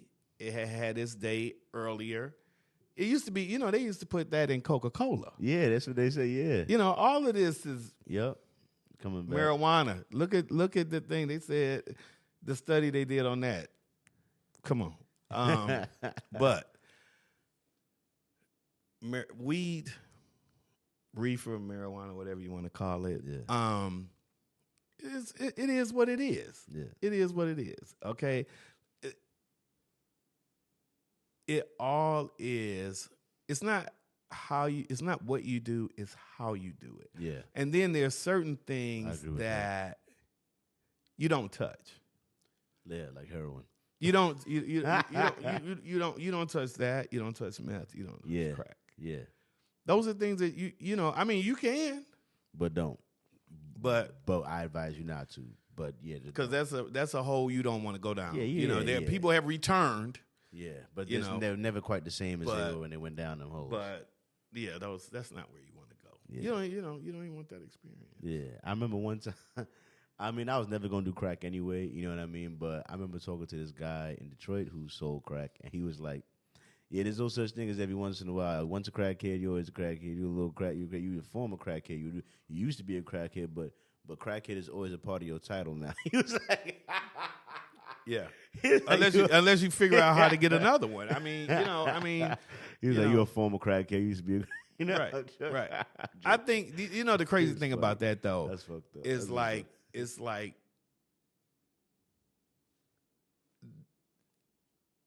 the stigmatism that they put on people. Like they'll always call somebody a crackhead, right? Yeah, but they don't call people heroin addicts. Yeah, you're right about that. You know. Yeah. Heroin addict. You know, just on that. He cleaned up. Look at him. He's a preacher now. You know what I'm saying? No, literally. The last picture I saw was how he used to be on drugs and stuff. Yeah, but you be like, you know what? Oh, damn, he's selling cars now. But he used to be a crackhead. Exactly. It's like a tattoo. You know, exit for real. You know, and meth doesn't really, come into our community. Not that I know of. It's not. That's not our thing. So the only drugs I've done is weed, alcohol, mushrooms. I've done mushrooms a couple times, and I did take Adderall once or twice. You know what I mean? From what I know, Adderall is like a cousin of meth, kind of like not exactly meth, but it's like what they give you for ADHD. Right. It does give you energy. You know what I mean? So they don't give you meth for ADHD. No. Do they? Oh, this guy is not paying attention, so let's give him some meth. Okay, no, that's not how that works, buddy. No, not and then you have to have you have to be prescribed by a doctor. Yeah. So no, I actually was able to. That's why America's so messed up. Because the first time I tried Adderall, of course, I was just getting it from like some guy in the hood. You know what I mean? But I felt uncomfortable with that. You know what I mean? Because obviously it's just some guy in the hood and there's a pill. Right. But America's so messed up that I found an online site that is a legitimate business that does tele-doctor prescriptions. You know what I mean? And you can literally go get a Zoom call with a doctor. And I was literally diagnosed and prescribed Adderall. I got a prescription for it, and I was able to go to CVS pharmacy and get it. And within like a week or 2 weeks, all of a sudden I got ADHD now, and I'm getting Adderall. You know what I mean? Like that's how easy it's because of the capitalism. Because you just want to make money off that. I remember one point. The funniest thing is that I'm in the Zoom call, and she's like asking me questions. Like, hold on, I have to rule out. She said, I have to rule out bipolarism because sometimes bipolarism and ADHD have a lot of overlapping thing. And I was thinking to myself, I gotta be just the right amount of crazy. Right. Like, how can I play this? Right. I gotta toe the line on this crazy shit. Right. I'm just scatterbrained to be 80, but I'm not quite. So I'm thinking to myself, this is such bullshit that I gotta keep these wings on this plane level. Okay, I'm just crazy. I can't go too crazy. I was playing the role of my life, acting the role. It was crazy. It's all a con, man. It's all a con, and it's what you do with it, But drugs in America is they started the war on drugs. I remember they said they had Nancy Reagan with it. Just say no. Yeah, this is your brain on drugs. Yeah. So much anti-marketing against drugs. So much for it to be legal, at least weed now. But here's the crazy thing, right? When your parents told you don't do something, what did you do? Did it a little bit when they wasn't looking. Same thing. Yeah. Same thing. Yeah. It's not a campaign. You know what's funny to me it's a today? campaign for it. I was talking to this kid, and he was about to turn 21, and he was about to go hang out with his friends or some chick or whatever, and she was like trying to smoke weed. It was a white kid, obviously a black kid. He was a white kid. He's like, oh, I'm just paranoid about getting caught with this weed because like I'm not 21 yet. Thinking, and I'm thinking in my head like I turned 30, but like weed just got legal like a couple years ago. I was smoking weed. Isn't that crazy? At 17, it was always illegal to me. I definitely got desensitized to the paranoia of having weed in your pocket and like it being illegal. I got totally desensitized to that. Like I remember one time, I'll never forget it, and I got lucky. I swear I got lucky. I was just on my way home at 2, 3 in the morning. I was skateboarding in Queens. I was young. I was on my way home, like I said, 2, 3 in the morning. I had a little eighth of weed in my pocket. It was some loud shit, too. But I was skateboarding in the middle of the street because there was no cars there. And that was the smoothest part of the street to skateboard. I was going to the train station to go back to Brooklyn. And this cop, like, pulls me over on my skateboard. I'm like, on my skateboard. He pulls me over. Like, all right. He pulls me over to the side, and he, like, asks me for my ID. And now, while he takes my ID and walks off to his car, 3 or 4 other cop cars pull up. You know what I mean? And officers that are in plain clothes hop out. You know what I mean? And now all of a sudden I'm standing there like maybe like 19 with my skateboard in my hand, and I'm looking at like maybe 7, 8 cops that are all standing there with these with their non-uniforms on at 2, 3 in the morning, and I'm waiting for this one cop to get back on my ID, and he's like, all right, like, I guess I wasn't who he was looking for. He seemed real disappointed. When he came back with my ID, he seemed so mad, bro. He was so like, all right, this dope skate in the middle of the street is dangerous. I was like, I'm thinking, what were you hoping for? Because it seems like a large response here. at 3 in the morning for 3 in one the guy on a morning. motherfucking skateboard. What the fuck was you hoping for? He probably thought you had a warrant. He I'm was hoping telling he you, was hoping you had a warrant. shit was gonna go left, dog. And then when he found out you had that warrant, then he was gonna turn you upside down and shake you exactly. like this, you know what I mean? Like, but apparently I got away that night. But I don't know what he was playing. But the whole time I had like an eighth of weed in my pocket, and I was low key like, man, if he searched me, I'm gonna have a long night. You know what I mean? But he just let me go. You know what I mean? But I was just like, man. And then kids today don't even know what it was like smoking when it was really illegal. You know what I mean? So they complain, oh, I'm not 21 yet. Like that's like a ticket though, dog. It's not even serious right now. These kids have no idea. They're so scared of everything. They have no idea. They have no idea, and that's what when we started, and I was talking to you about how people like to say be on the block. Well, we wasn't on the block. We was out being kids, having fun, right? Yeah. I look now with these old cats is riding mini bikes. I was riding a mini bike when I was 11 years old, okay? And they would come around and be like, you know what? If I see that mini bike one more time, and these was white cops, okay? It was 5 of us on my block that had mini bikes. And he would come around.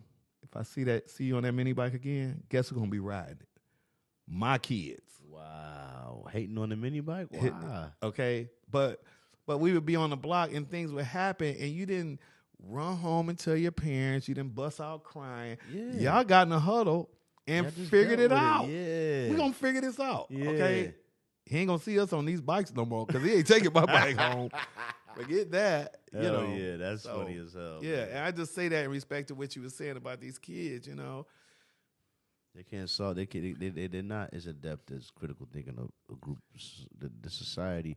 They don't have the coping skills. Yeah. They don't. Bullying. Bullying is actually.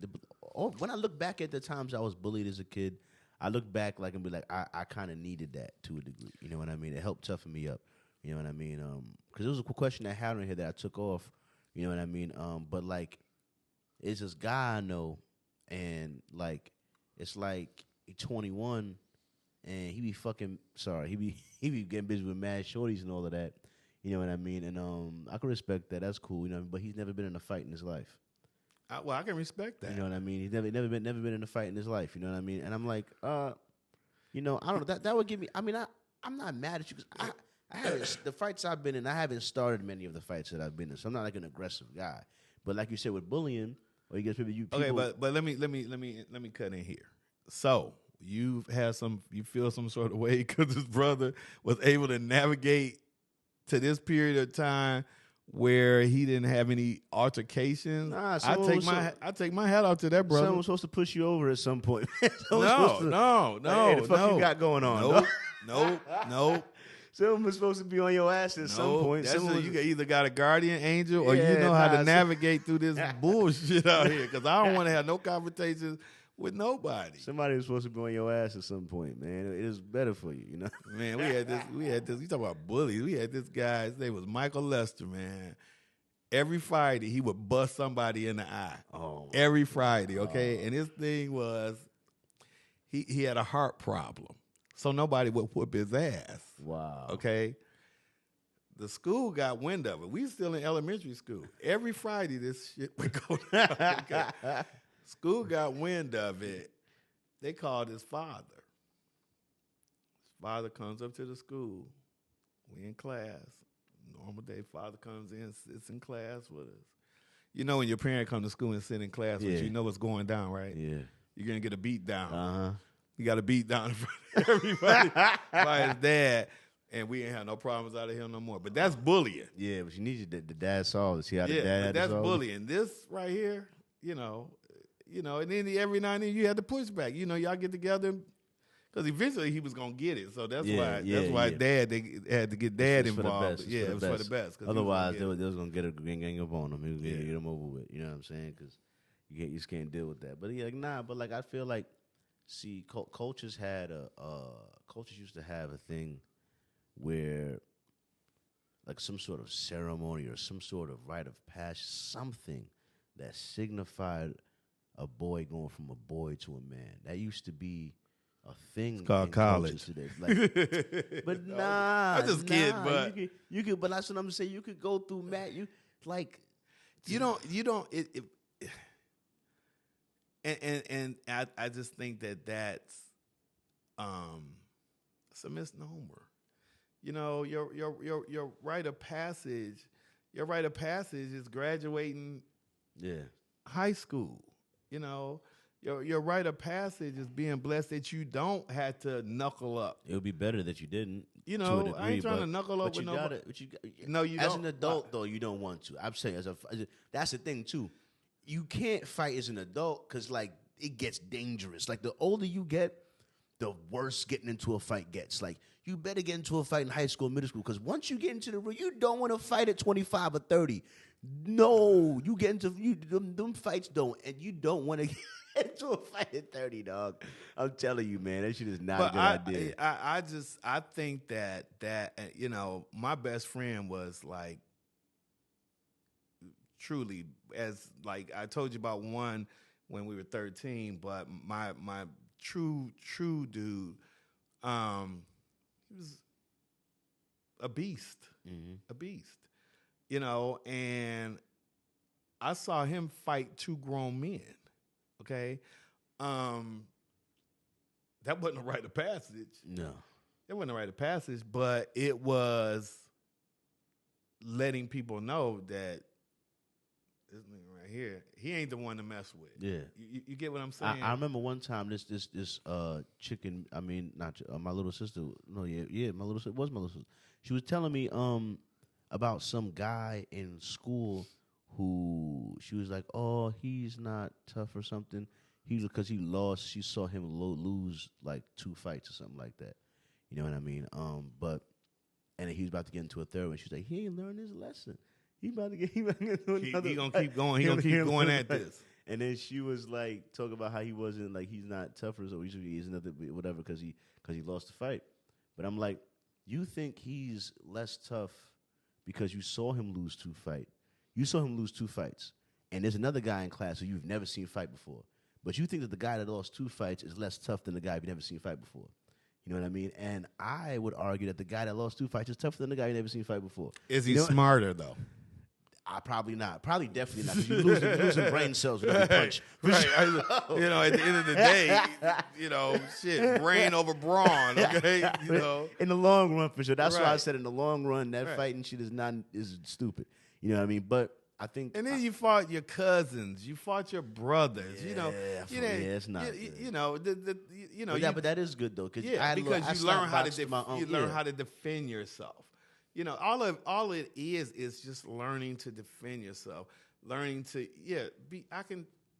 taking a blow from a fist is not like being fired from a job. Yeah. Okay, it's like 2 different things. You know what I mean? But for some people, it could feel. But like, if you've never experienced something before, then experiencing it is always going to give you anxiety. If you've never experienced it, that's just a statement you could say for anything. And if you've never been punched in the face before, you know what I mean? Then the thought of it probably gives you more anxiety than someone who hasn't punched. Like I remember this guy at work. He said that one time he punched somebody in the face, and their whole top row of teeth came out. You know what I mean? And I was like, that sounds crazy. That sounds like a really hard punch. You know what I'm saying? Like, on one hand, I'm like, I wasn't going to fight him anyway, but for sure, I definitely don't want to experience the tooth-losing punch. You know what I'm saying? But see, I probably wouldn't even talk to that cat no more because, you know, what the word that I really don't like, what triggered him? Exactly. What triggers this cat that he would knock the whole front row of your teeth out? So I don't even want to talk to this cat. I agree. He was also in prison for 10 years. Yeah, but see, that's what I'm saying. See, that fighting shit. Yeah, you see what? Yeah, those things got to go together. It's not the smartest decision, but I'm just saying because I have had taken some serious blows to the head before. I've been like kicked in the head. I've been kneed in the head. I hit my head so hard I broke my neck. I've been hitting the head a couple times. Enough. And I haven't like been knocked out to where I'm like, I'm not saying that I'm willing to take one of his punches, but I'm less afraid. I've been hit a couple times and I'm still here. You know what I mean? So I'm like, I don't think I might be able to keep my wits about me a little bit. You know what I'm saying? As opposed to if I've never been punched in the face before and his punches like that and I got nothing to be like, I took this hit. You don't have a point hit. of reference. I don't have a point of reference. I'm like, dog, listen, that may as well be a gunshot, dog. That may as well be a gun. No. Far as I'm concerned. I ain't working with none of that. Yeah, Go ahead. but now, what you call it? So my other question I have for you is, what worries you most about today's society? What worries you most about today's society? Good question.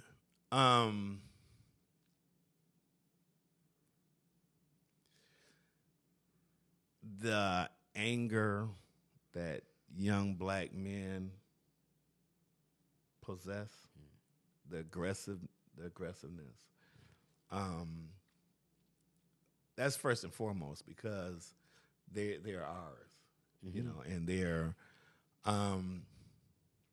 doing things that are senseless. You know, for what reason? I don't know. Yeah. But young black men, I think now don't quite register consequence. For every action, there's a reaction. You know, excuse me. So you wind up in spaces that you don't want to be in. Yeah. Who wants to go to jail at 18 for the rest of your life? Nobody. You understand? I had a what guy I'm on a saying? podcast who was in jail from 18 to 38, and he was 55 or something on my pod. He was like, that's, and he was damn near in tears a couple times in the pod. Of course, it's of course. it's too Because long. if you look at how fast we're moving technologically, if you went away, if somebody locked you in a closet for 10 years and let you out 10 years from now, you'd probably lose your mind. Yeah. You probably lose your mind. You would do something to go back in that closet. Yeah. Because you couldn't handle this out The here. world is crazy. The world is moving faster and Right. faster and faster. And that is one of my biggest concerns. The anger. You know, the anger, the aggressiveness. You know. I think that a lot of that, because I agree with you, you know what I'm saying? And I've looked at the statistics of like per capita, there's just as many guns today as there was in the 1950s or 40s. They say per capita, for us, like, you know, adjusted for population change and all of that, you know what I mean? But there's way more mass shootings now than there were in the 1950s and 1940s. There were assault rifles back then too. But there's way more mass shootings now. But mass shootings don't happen. Like they tell you every day, you know, it's 4 people. That's, you know, okay. That's a mass shooting. Mass shootings don't happen on a regular, like me and you get into a altercation, and instead of us being able to resolve it verbally, people don't go to this no more. Yeah. You know, that's... I come from a city where they still fight. They still fight in New York because the gun laws, I guess, is too strict. But they still fight in New York. Right. Maybe a guy might try to stab you. You might get jumped. But that's still easier to deal with than one angry guy in Detroit. Because let me tell you, I'll face 3 angry Brooklyn niggas over 1 angry nigga in Detroit. in Detroit, you don't have to be angry. You can be misguided. You know what I mean? Just, you know, so, yeah. That's troubling. I feel like there's been an over encouragement of men to delve into their emotions and to be more emotional. You know what I mean? And I think there's a reason why men naturally sort of guard against being emotional or exposing too much of their emotions. You know what I mean? I think it's because every man has the power to like kill, the power of violence within them, the capacity for that enforcement is within him. And if he's not in control of the strength that he possesses, if he allows his emotions to control the strength that he possesses, people can die. You know what I mean? That's not every... You think it's every... What? You think every man, you know... Every man has the capacity to... For violence, because it's your job. Is it... No. The defender, the protector, it's your job. Okay, well, defense is one thing. You know, defense, and it's not a job. It's an innate quality. You're born. You're endowed with the strength of the human race for the most part, physically was given to one side of the human race, and you were endowed with that strength to protect the human race. But were you endowed? You weren't endowed with weaponry. You were endowed with your natural physical strength. Yeah, right. Yeah, Which we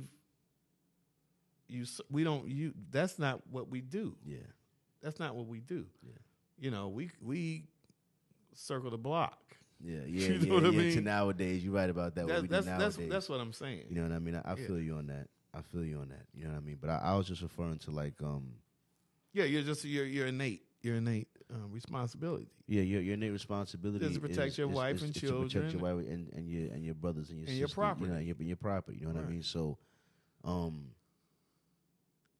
I just feel like today's men aren't given an outlet, a proper outlet for that section of their psyche. You know what I mean? And they're almost like the testosterone. Is that what you're saying? Yeah, the release of like they're not giving you like it's like boxing in school or karate. And, okay, so what is the average cat do? Huh? So what's the average cat's day like? What's your day like?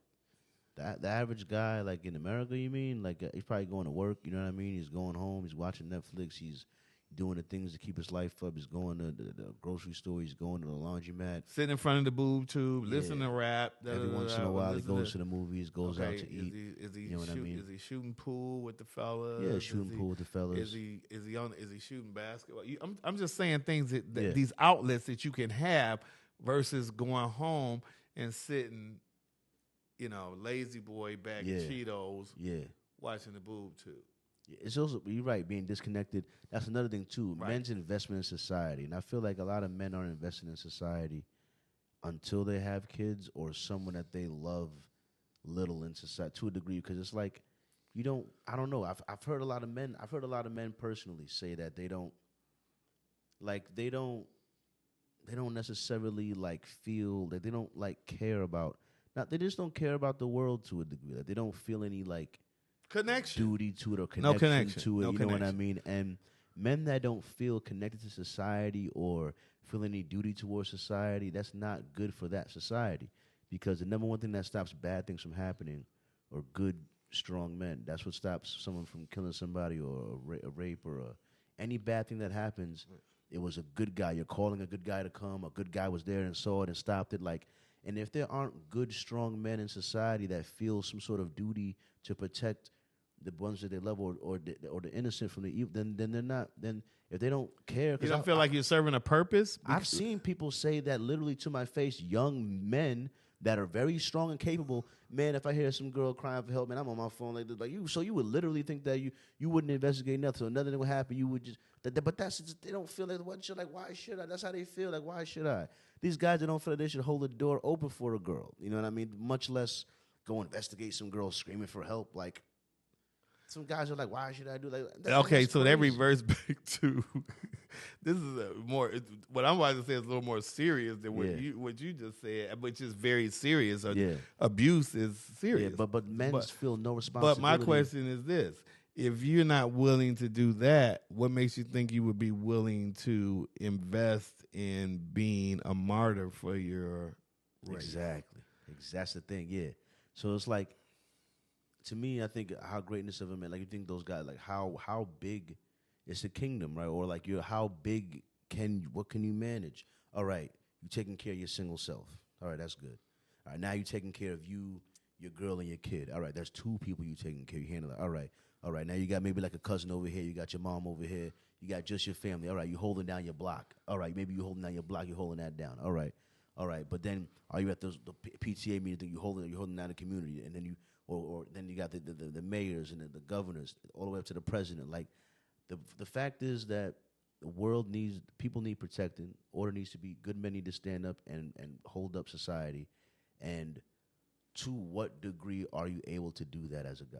You know, that's my that measures your you can hold yourself together. We appreciate that because there's some people that like do mass shootings. They just couldn't hold themselves together. Did you just hold you together and not kill us all? You do that? That's good. All right.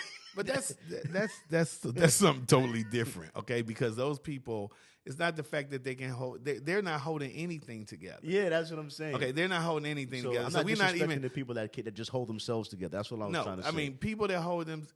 We thank you too because we need you to do it's that. Not. It's. I don't. My lot in life is my lot in life. Yeah. Okay, it's not that I'm supposed to manage what you think. You get what I'm saying? What you think I can manage. You know, there are some people that have. There's some men that have 10 kids. Yeah. With 10 different babies, mamas. Yeah, Lil Wayne. Are you I don't know none of the people. Wait.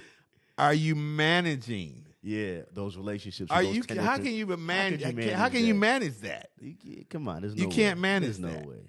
Ask Sean Kemp. Yeah, okay. Yeah, for real. I mean, you can't manage that. There's no way you can't manage that. You know, you manage what's practical. You know, you sense has to make sense. Yeah, I understand that, but that's like when I understand what I understand when you're saying that you can't expect someone to make that because that's like me saying, LeBron, you should be the next Martin Luther King or something. Right. Or LeBron, you should go out there and score 60 points tomorrow. Yeah. You know, that may not be in his wheelhouse. Yeah, you can't do that right now. Right. I can't do that. I can't give you that. I got a hangnail, you know. Oh, damn. You going to say LeBron got a hangnail. Damn, that's shade. That's crazy. The King got a hangnail. All right, so, yeah, I'm going to just ask you about it just for the record. You know what I mean? How do you feel about the Trump assassination attempt, and how do you feel about the MAGA movement in general? Can I have some more wine? No.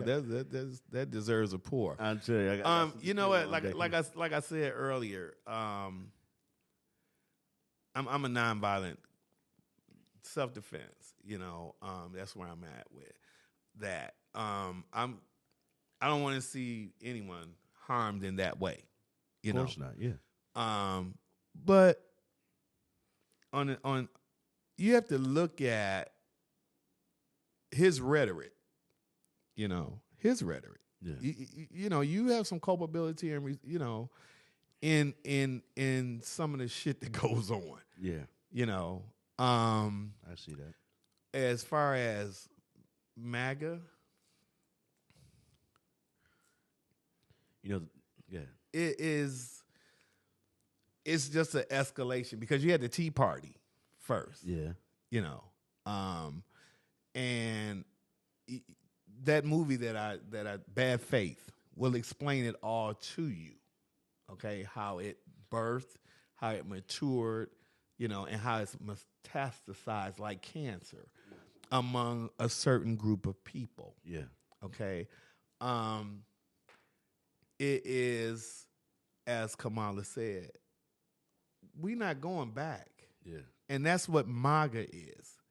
Making America great again. Do you know who said that?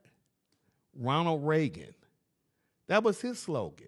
And let me tell you what black people did when, on the heels of Jimmy Carter losing to Ronald Reagan.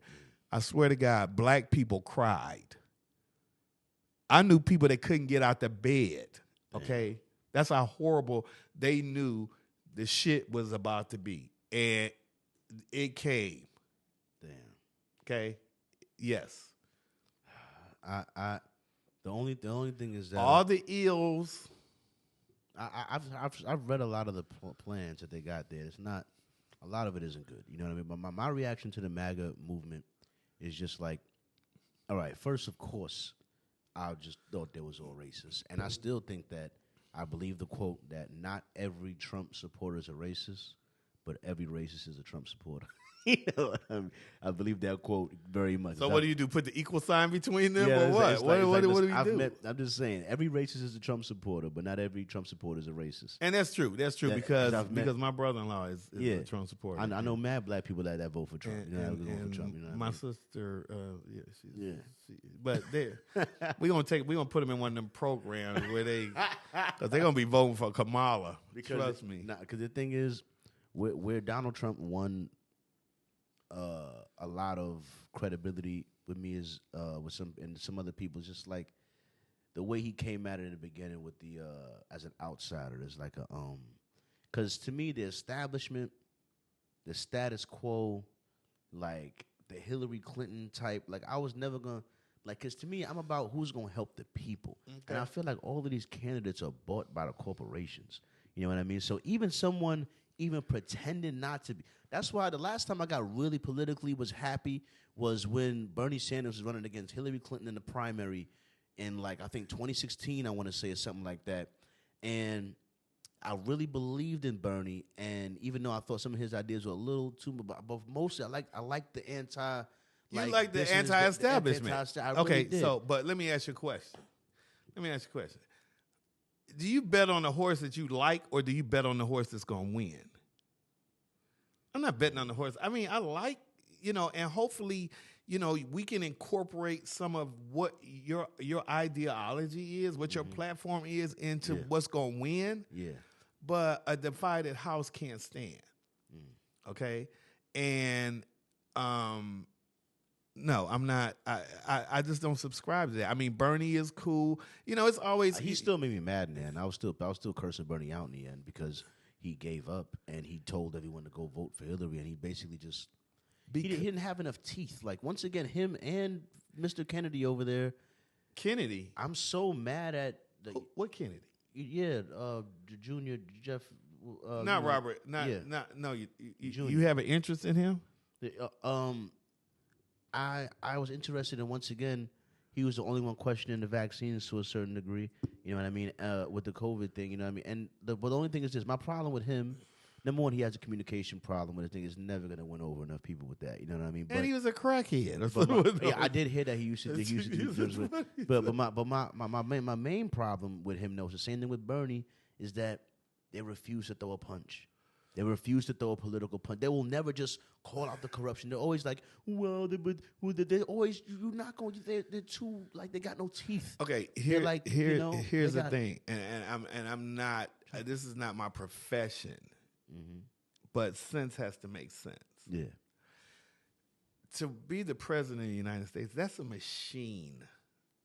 Do you understand how much money, how much labor, how much involvement, not just from the candidate. I mean, you have to have a machine.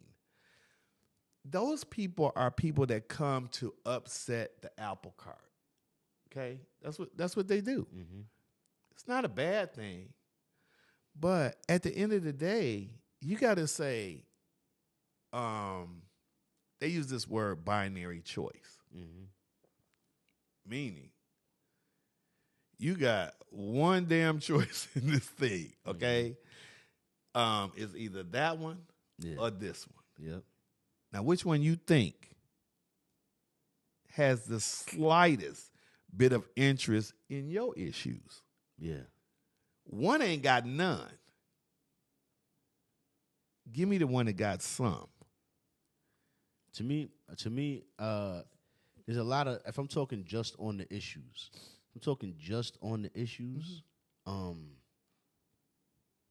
I like being tight on the border. I like not allowing all the immigration, all the migrants coming into the cities and stuff like that. Right. Because I know, as a young black man, they're directly competing with me, no doubt about it. You know what I mean? Go ahead. I'm gonna let you finish. Why would I want some non-Americans flooding in here and making my life harder to exist? You know what I'm saying? So, nah, I'm not okay with that. And the Democrats act like the Democrats are damn near trying to. When I saw this, I was like, how they're dead ass was trying to pass something in New York to allow the migrants that literally just got here, to allow them to vote. I was like, I didn't see that. How can you not see that as the most obvious? I didn't see that, and I don't know where that can't be allowed to exist, bro. Okay. That was like in the New York Post or some shit like that. I don't. Well, the Post is garbage anyway. But let me say this. Let me say this to you, if I may. And I keep saying this is not my profession. Okay, I'm a common sense kind of guy. Yeah. Okay. I try to be logical. I try to be pragmatic. they not taking your job. Yeah. They're not taking your job. They can't speak English, first of all. So they're not taking your job. I got a guy that can't speak English in my factory that gets paid more than me. But go ahead. Okay, he does. He barely speak English. Like, Okay, I know the time. Okay, we don't know what that is. We don't know why he's doing what he's doing. He's good at his job. He's been there 20 years. Okay, you know he's been there 20 years. Yeah. So Still can't speak much English. Here's the thing with me. Here's the thing with me, I respect him though. Here's the thing with me, Carl. When people say things, you can't just. I'm from that school. You just can't say anything to me. But you have to be. Hold on a minute. You have to be able to substantiate what you're saying. Okay. Now these people are coming across the border. All of them aren't making it. All of them are not going to make it into the United States. A lot of them will be sent back. Mm-hmm. But here's the thing. Are you going to pick oranges? No, but those ain't the jobs that they're coming to take anymore. What jobs they coming to take? They're saying the construction jobs. They're taking over the construction jobs. They're saying what, like 30. They've been doing the construction jobs. Yeah, but they're taking over them more now. They're saying. And then you gonna paint out? You gonna come? Because I've been trying to find somebody to come and do some shit at my house. Okay, I can't get nobody. Damn, that's ridiculous. Okay, I should get somebody. I'm just telling you. That's funny. Let me tell you what happened down in Florida and down in North Carolina when Trump said, "I'm gonna round them up." You know what they did? They left. They left. That's why they don't have people down there fixing shit. That's why your fruit and vegetables cost what they cost. Okay, you ain't going out there to pick nothing. No, the farming jobs I leave alone because the white. Oh, but they can do the menial jobs. They can pick cotton, and that's fine. But they can't come up here and be a dishwasher. Yeah, because they're not coming up here taking. Yeah, like for example, we got a dishwasher. Can't even speak English, dog. You know what I mean? But he's a good ass. But worker. he works. He does work his ass off. He works his ass. He works his ass off. And let me tell you something. He ain't gonna be the one that you gonna have to call the police because he didn't went off on somebody. Yeah, that's what I'm saying. I mean, I will say that about. I remember growing up in New York. There was tons of. There are less likely to break laws. They come in and they be about their business. They're much less likely to break law because they know if they break the law that they're going. They come in here and they be about their business. That right there is just another ploy. I'm an America First type of guy. I'm an America First type of guy. I'm an American First too. I'm not. But what about coming through the front door? You coming through the back door. You getting put out through the back door. All right, coming through the front door. All right, that's what I'm saying. You ain't coming through the front door. Then you getting put out. Through the back but see, the people that's coming through the front door, those are the people that's going to take your job. That's who's going to take your job. The front door people. The back door people ain't taking your job. And the back door people they're gonna take your job because that's not their aptitude. Like the people that's going on in New York City, like literally, it's so funny because the migrant crisis is literally turning New York City Republican. It's so funny because these guys were so liberal. They were all about it. You know, shout out to the border states because they're the reason why. What happened was, you know, Texas was trying to close off their border, and the federal government was trying to tell Texas, hey, that's a federal border. Even though you're a state, you don't have the right to close off your own border or to protect. So Texas like, okay, word, that's how y'all feel about it?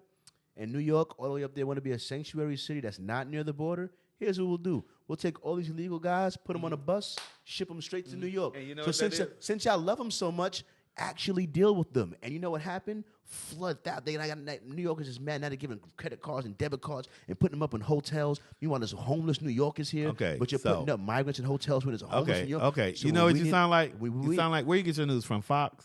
But that's literally what happened, though. Where you get your news from? Where you get your news from? All right, let me ask you. So are there not... I asked a question. I got it from independent news sources. Like whom? Like, Al Jazeera? Nah. Maybe Russell Brand or Valuetainment. You know what I mean? Okay. Or right. Those are right wing. Nah, they're more liberal, right? It's anti-establishment. But the point because is the reason why I say that because is that a lie? Because because I haven't delved that deep. I haven't went down that rabbit hole. Yeah. Because I know that it's a wedge issue, and I also know that when that Republican senator put up the harshest bill for the border that they've seen, and it wasn't the harshest bill, it was the most sensible bill for the border, for immigration that they've seen. Okay, everybody was down with it, but Donald Trump said, don't sign the bill. Don't sign the bill. And they didn't sign the bill. Do your homework. It's a wedge issue. This is politics. But you gotta agree, like, you don't got a country if you don't got borders. You need borders. First of all, let's talk about this country. Let's talk about it's by grace of God we here, because we could be over in the Congo. Man, okay. The grace of God, they went over there. Okay, they went over there. Wait a minute. Yeah, that was 400 years ago. Yeah. But there was some grace in that, because no telling how life could have been versus right. Your life is much better than. I'm not gonna say I'd rather be born in Zimbabwe than Brooklyn. Right. I'm happy with Brooklyn. Okay, I know you are. Okay, when they say go back to Africa, you be like, I'm like, where, why, when, what? Nah, I'm good. Right, I'm good. So, my like I say, my thing is it's a wedge issue, and the crazy thing about it is that's never talked about. The Native Americans, this is their country. Yeah. Okay, wait a minute. Texas and Los Angeles belong to the Mexicans. That was theirs. Yeah. Now we don't know how that deal went down. Texas American They were Texas shooting American dice. War. That's they were shooting dice Yeah. or pitching pennies, but they lost out. And that's the way it always goes, right? You right. It's some other stuff I can speak on, but I ain't gonna speak on. Yeah. But that's how it always goes. It's called snatch and grab, okay? Hey man, but we got it now, all right? And I think that it's okay to put up a fence. You know what I mean? Because I think one of the major things that are hurting America as a whole is America's too spread. Like they say the road to hell is paved with good intentions, and I think that if you look that up in a dictionary, there should be a picture of America next to that shit. Because we've steady saying we're going to set up a base here, go fight injustice there, go fight injustice there. We'll take it there. Meanwhile, we're not taking care of Americans first. And because of that, we're hurting ourselves to feed someone else. You know what I'm saying? It's like, how could we cut a check for billions of dollars for someone else not in this country based off the tax dollars that were given to you by people in this country? But that's not going to help. So someone told me that the money they gave to Ukraine, that $56 billion, if they was going to take, which is our tax money, they said if they would have took that money that they gave to Ukraine and divided it amongst all the American citizens, registered as American citizens, it would have been like $100,000 or some shit per person. Okay. You know what I mean? Okay, like, so they can't give me $100,000. Okay. They could go give They didn't want to give you the money for COVID. Yeah. Okay. Them same people that you probably would vote for. Okay. Okay. They don't want to give you the money for COVID. Certain things you do as preventive measures, okay? You don't want communism spreading. Yeah. Okay, so you have to push back against that. They don't have the money, okay, but we got it. Why is it? Now, my own question is that why is it always us? It's not always us. They make it seem like it's always us. Like we the only ones that's anteing up. There are other countries. There are other countries always that gotta be the like. It's like literally. There was a. That's like you saying to your family, "Why it always got to be me to buy the turkey at Christmas? Why it always got to be me? Real, no, because you got it. That's why. That's why. Because you can do it. Yeah, I remember one time someone said to me, and I'm like, bro, I was like, what? They said you can't get mad at them other people for not being as ambitious as you. Everyone's not gonna be that ambitious. And I'm like, so what that mean? I gotta go give everybody my shit just because they didn't want to get up and work? It's like when somebody says to me, when I blow up this episode 140, whatever, when I blow up on episode 220, and someone gonna be like, oh, that was luck. And I'm gonna be like, it's luck, word, that was hard to work. make it to episode 140 something. Do you know what it takes to make it? People don't understand. But it just goes back to, like I say, it's all a con. It's all a con. They feed you what, and you have to sit back in your lazy boy with your Fritos and cut off the noise. And you know, after you've digested it, be like, you know, this does make sense. Yeah. You know, I mean, this is a small fledgling country that they set up for failure. Because if you look at all the things that went on when Trump was being elected and what Trump wanted them to do, and then after they didn't do what Trump wanted them to do, then they invade them. Was that pushback? Was that punishment for you not making sure that Trump was reelected? I mean, come on. I mean that was a little sus that what happened there. You know, that was not a great moment in America for sure. I'm not proud of that at all. That's not good. You know what I mean? The other question I wanted to have for you was, oh yeah, that makes total sense. Yeah, what have you heard about Project 2025, and how do you, what's your reaction to it? I haven't read the whole. Of course not. 197 was 900 pages. Yeah, 900. 900. Nobody got time for that. But what I suspect is it's the usual manifesto of they want to get rid of the Department of Education. We don't even have to go to 2025, right? We don't have to because we know what that is. If you just sit back and say, what could I imagine that these SOBs could possibly have in store if this clown gets back in office? Yeah. So you go with that, right? And then you look at the voting rights, the banned books, LGBTQ. It's a host of things that you can look at. Yeah. I'm just saying, as a human being, I saw your face, everybody deserves to do what they do. I'm not against, as long as it don't bother me. I'm not against the. Okay, but you squirmed in your seat a little bit. I'm not against. Listen, I know I'm gonna get canceled for this, dog. You ain't gonna get canceled. So say the right. If you say the right thing. Any opposing opinion to any degree, but look, my thing is my only thing I was trying to say is to somebody, you can allow without encouraging. It's like alcohol or cigarettes. We stopped cigarette commercials in this country. We allow you to still smoke cigarettes and buy cigarettes, but we stopped allowing cigarette advertising in this country. Mm-hmm. Why?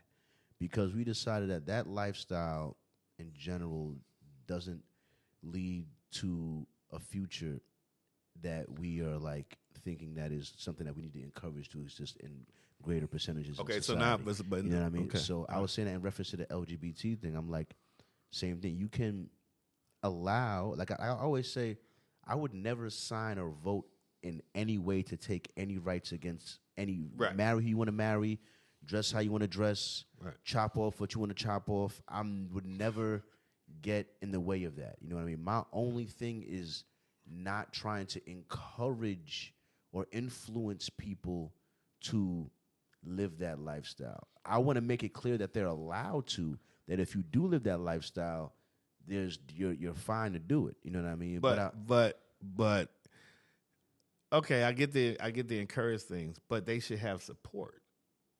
They should have support. Support. That's all I'm saying.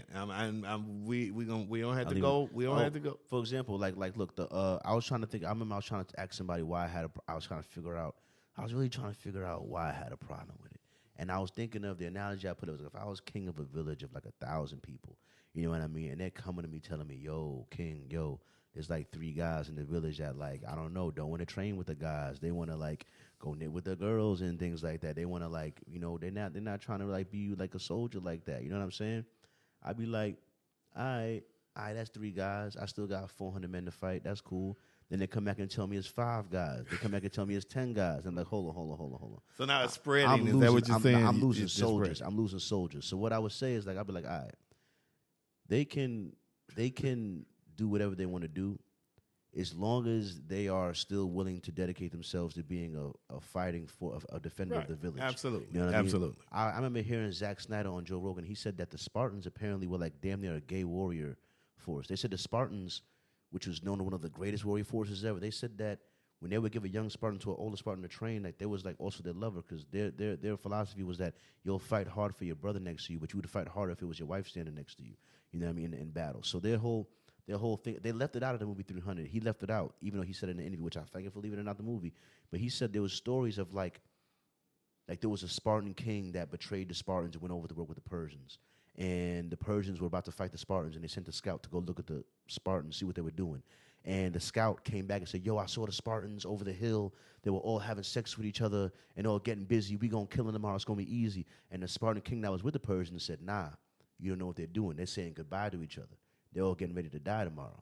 You know what I mean? That was like their way of, so I was like, that was weird. So I was like, huh. So I got to somehow think, all right, so these guys that were engaged in this gay thing were also some of the greatest warriors ever. You know what I mean? So I was saying, so I'm like, all right, you could be gay, but can you be the Spartan type of gay? You know what I'm saying? If my village, all right, so if my village got 5 guys that want to be gay, but they like on some Spartan shit, they still strong, still defending the village, but they just don't want a wife. They want to do something else. Well, if the literal only difference in their existence in my village is their sexual preference, other than that, they're a contributing member of society that defends the weak and defends against evil, then do what you want. You leave an extra woman for the rest of us. That's fine. You know what I mean? But if I'm losing a defender, if now my fighting force is being weakened to the point where my village is vulnerable, right? You know what I mean? Then at that point, you know what I mean? The guillotine. Yeah, well, not the guillotine, but like, you know.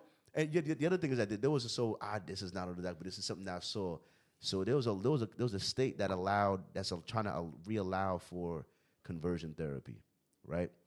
And here's the argument. Because number one, there's been many backlash, which is like, you think you're gay, and we send you somewhere to convince you to not be gay. Right. And my thing is this. If you're allowed to convince someone to be gay, you're allowed to convince someone that it's okay to be gay, why am I not allowed to do the opposite?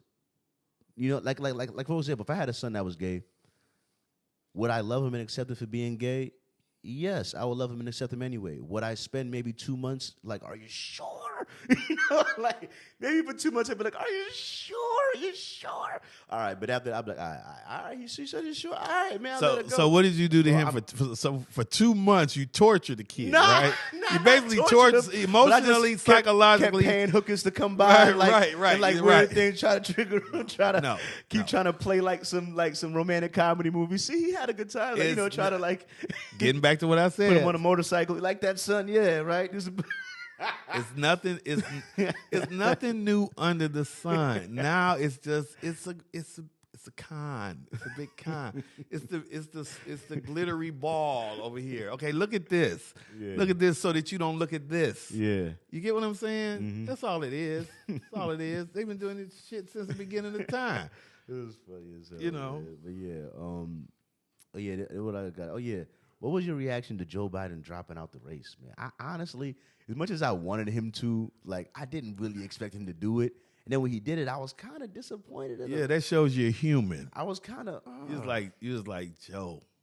Man, like damn. I wanted him to. At one point, I was like, after the debate, I was like, dog, you ain't got it together. you ain't got it, and you really need to drop out. And then when he dropped, I was like, damn. Part of wanted you to keep fighting though, like keep fighting. I liked that though. So it's like then if you do, then if you don't. So it's like, and you like Joe. You like Joe. Yeah, I mean, it's something about Joe. I wanted him to keep fighting. I liked. You don't even want to admit it. You don't even want to admit it's something about Joe. No, because the thing, it's the same thing they said back when Hillary Clinton was running against Trump. Right. It's like, who would you rather have a beer with? I would much rather have a beer with Donald Trump. Donald Trump would be funny. Donald Trump would be funny. He would be making, even though Donald Trump doesn't drink. So he would be so. Can I say fucking? That motherfucker would be so fucking annoying. What would we talk about? Him? All we would talk about is him. I'm telling you, he'd be so big, so huge. Right. I'm not get elected again. I'm telling you. No, I couldn't do that. My movement's so strong, so fast, so huge. When Joe quit, it's like certain things you never forget. You never forget. You will remember. You'll remember that for the rest of your life. You'll remember what you were doing. Okay, 9/11. I was in New York for 9/11. Okay, I'll remember. Barack Obama. Yeah. January 6th. Yeah. Joe Biden.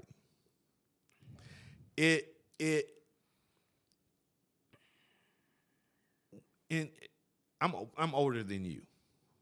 Okay, we know that. Mm-hmm. Okay, I have a thing with ageism in this country, and that's what we do. so quick to ask somebody how old they are, and I don't want no old broad. I don't want no young one. Yeah, Okay, how about yeah, that? Okay, yeah. but we're in this ageism thing, and that's what they did to Joe. He's 81 years old, guys. He has a right to. But my thing is this: he's 81 years old, the president of the United States. He's not a dishwasher. You get what I'm saying? Yeah. I mean, a lot comes with that. He had a bad night. I don't know if you guys remember when Barack debated my guy from Who was it, Mitt Romney? Mitt Romney. Yeah, he did lose one of those. It was debates. horrible. Yeah. It was so bad that I was like, what the hell are you doing? We about to lose this thing. Yeah. So if he could do it at 50, why can't this guy have a bad night at 80? But the thing of it was, and I've watched him speak 3 or 4 times since then. First of all, if your cognitive ability is that diminished, you wouldn't be able to read the teleprompter. Did you ever think about that? Mm. If your cognitive ability is that diminished, how can you read? Yeah. Okay. He's just older. Donald Trump jumps around and puts his Donald fingers Trump up. is definitely more like. He didn't do shit. What did he do? Yeah, During COVID, he played golf. Oh, but you also can't say that too, because Joe Biden, I saw this in an article, literally took the record for the most days taken off as a president. Literally, he holds the record as the most vacation days taken. You know what? I'm going He holds the to record. challenge you on that, and I'm going to come back. And when you invite me back, okay, You know, he holds the record. I'm going to come back before the election, okay? Because I want to challenge you on that. Listen, I'm not hating. I'm not trying to hate on Biden, but at the same time, I'm just feel like, he's a little. He had his part, but Here's my thing. I still didn't want to see him quit. I heard it happened with Nixon or something like that. I heard it was either Nixon or Reagan that like they did it on stage though, but he resigned because of Watergate. Yeah, because he committed a crime like Donald Trump should not be running. But when Biden stepped out of the race, I was heartbroken. I was moved. I mean, because he's a sitting president too. He's not only that, he's a good guy. He's done more things as president for us and for this country than people know, than the Republicans would ever give him credit for. Okay, and he's a decent guy. Okay, he's not perfect, but he's a decent guy. Yeah, Donald Trump ain't decent. Okay, he's just not decent. I'm sorry. I know he's your guy, but I'm glad.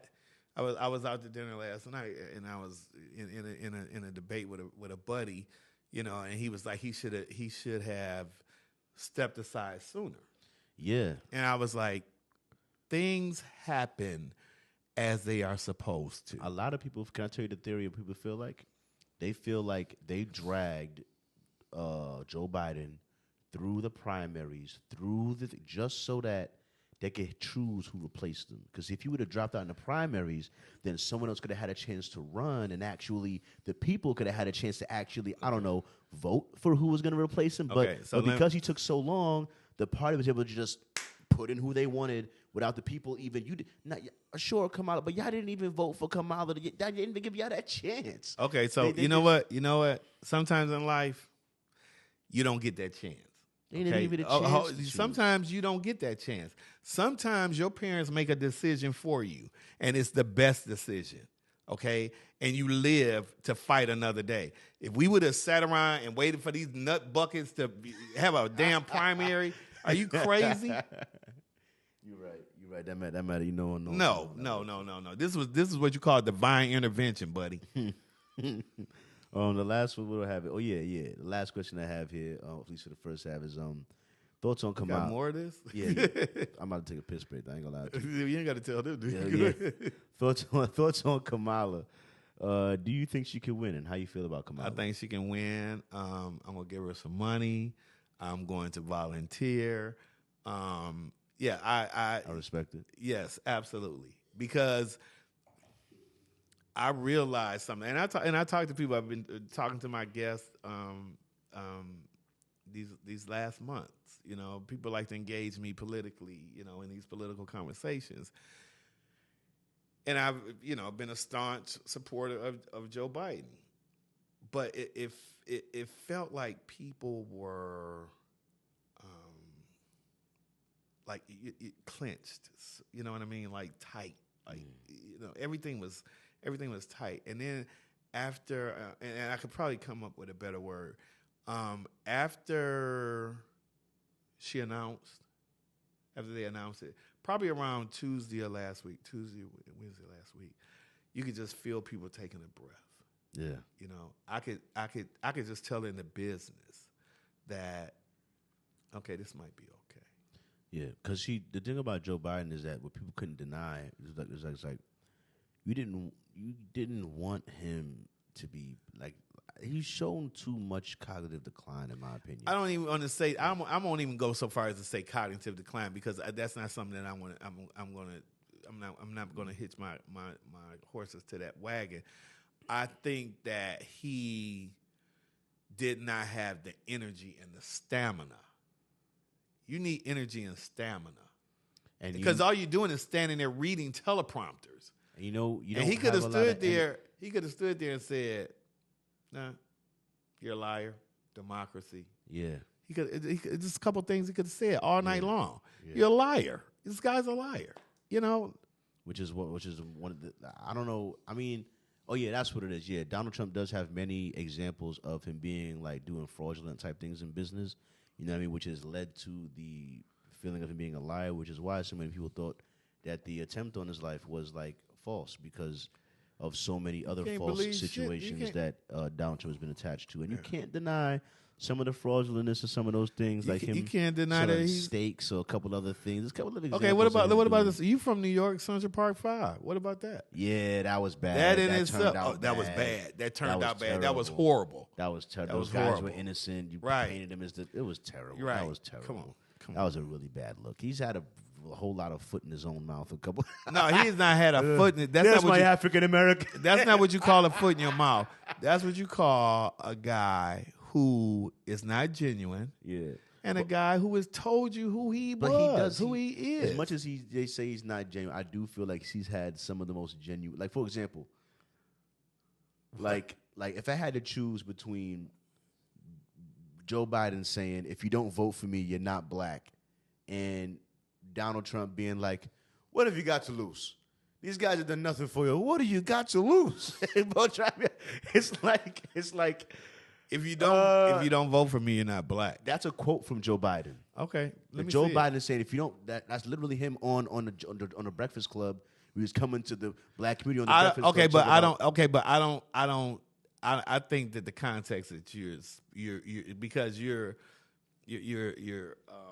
quoting what somebody said. So I mean, I gotta check and see it. That's really what he said. It was crazy. If you don't vote for me, you're not black.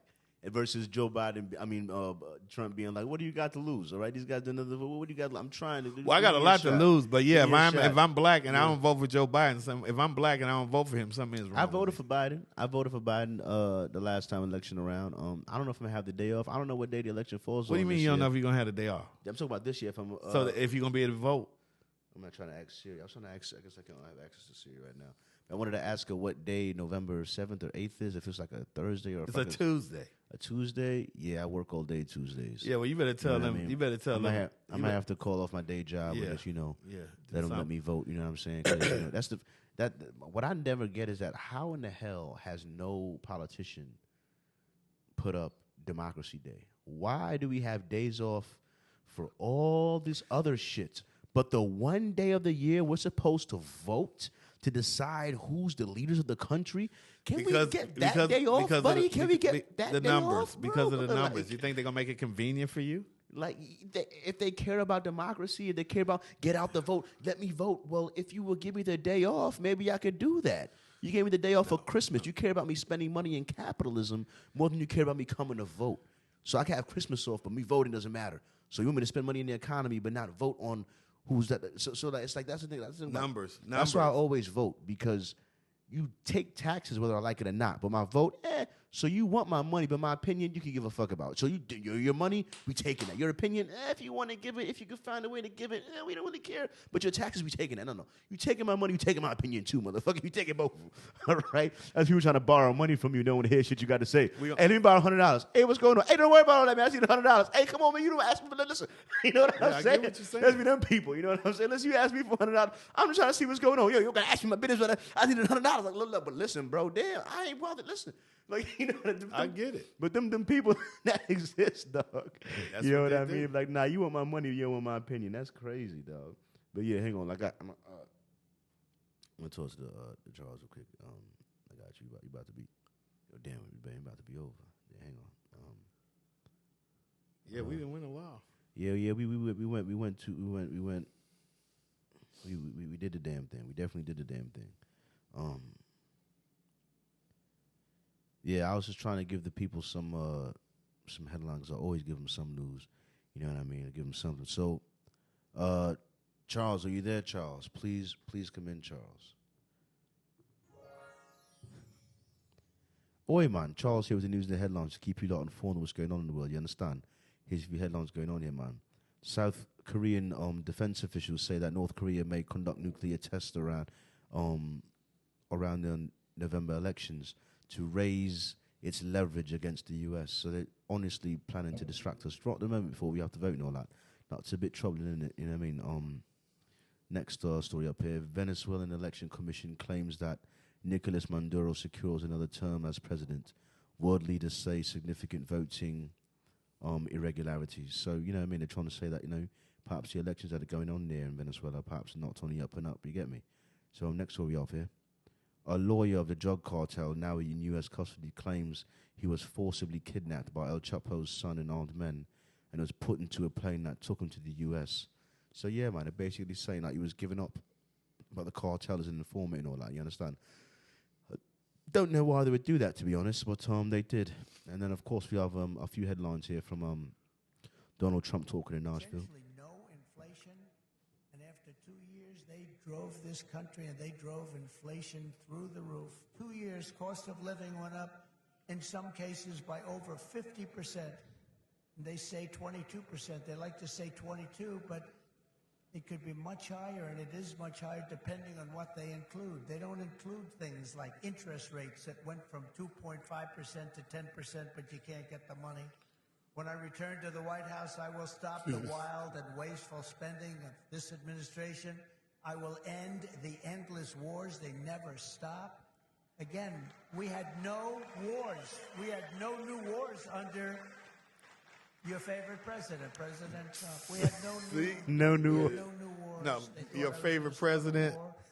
I will say this. Terribly sorry. Sorry, a bit of segment here.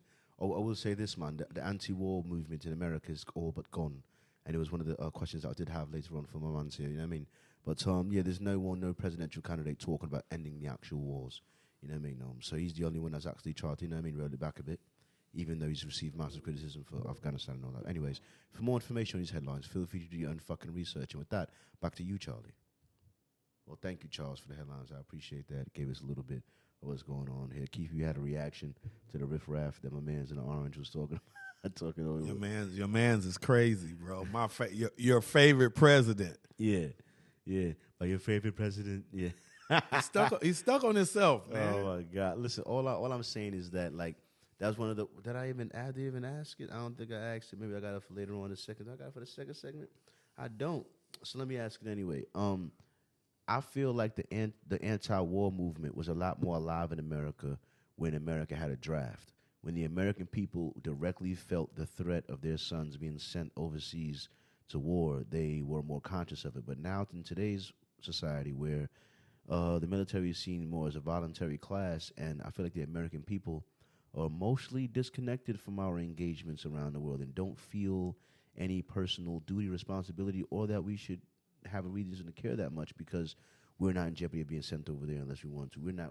Whereas if they enacted the draft back again, and every American was at it, then There will be at more risk. There will be more conscious. The anti-war movement would be a lot easier to gather. They're like, whoa, why are we sending? Why are we going to war again? Why are we? And there's literally almost no one that I've heard be anti-war. To be honest with you. Well, the thing of it is, we don't have any troops on the ground. So in any of these wars, we don't have no skin in the game other than money. So, But that's our tax money, though. That's our money. 781. I think they said our annual budget for the military is ridiculous. It's like literally no cap, $780 billion. Russia's military budget is $66 billion. So our military budget is $780 billion, and Russia's military budget is $66 billion. why is that? The next 13 countries, we're number one in the world. The next 13 countries combined, you combine all of their military budgets, and it still doesn't match up to the $781 billion we spend in every year. That's because of the jobs that our military supplies, the contracts that we have. It's big business. It is though, but it's big business for but that's like it's the military. What do you want them to do with the tax money? You know what? Do you know that free college, when Bernie Sanders was running, he said that free college in America for all Americans would cost $68 billion a year. Right. So we're spending $781 billion a year on military.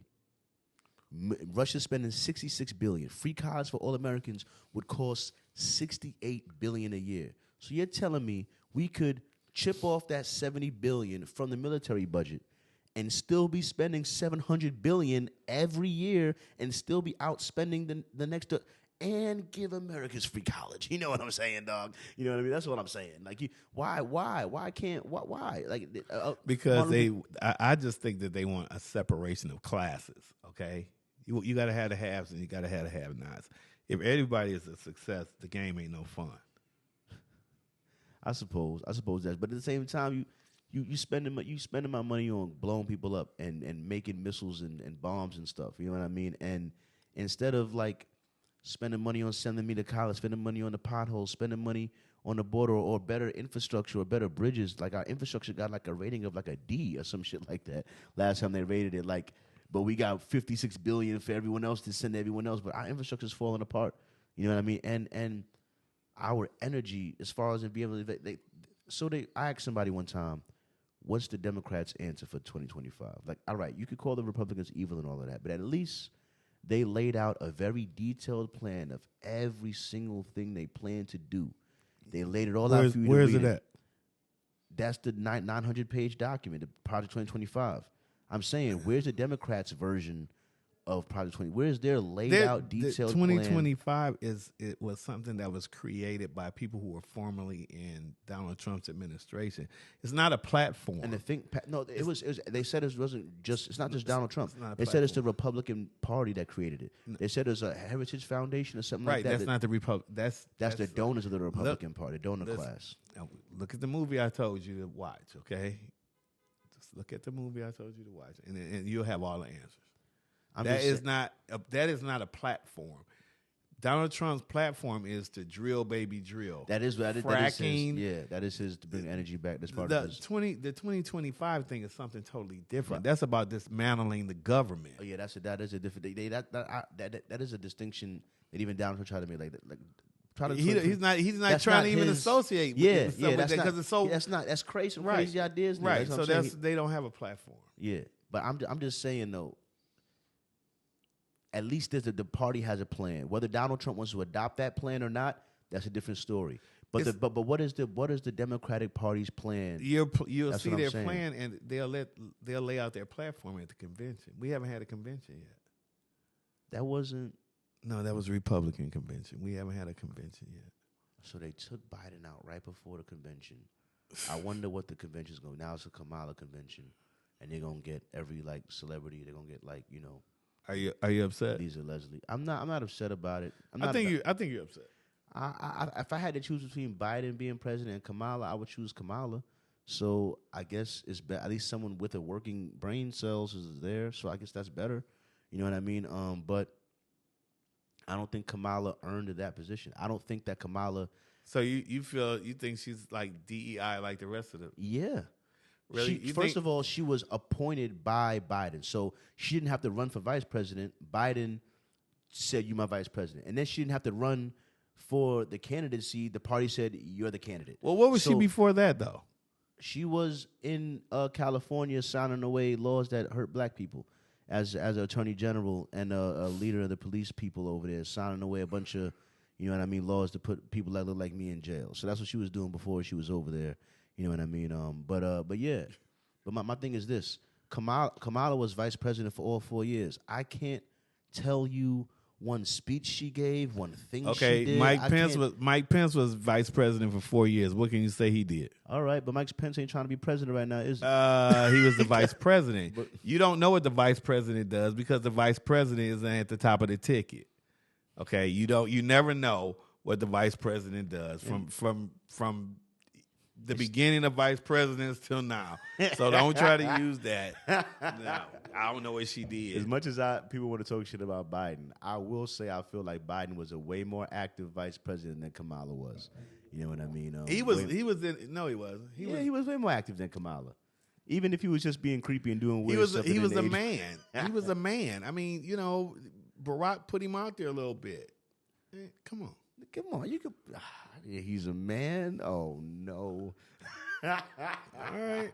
I give it to Kamala. But I wanted to ask. There's tons of questions. But I'm edit this out. I'm gonna take a pee break real quick. Take a quick pee break because I'm about to bust.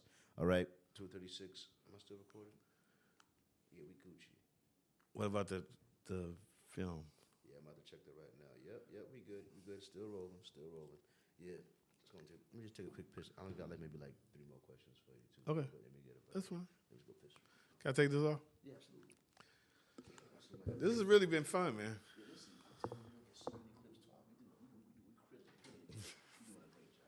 Thank you, sir.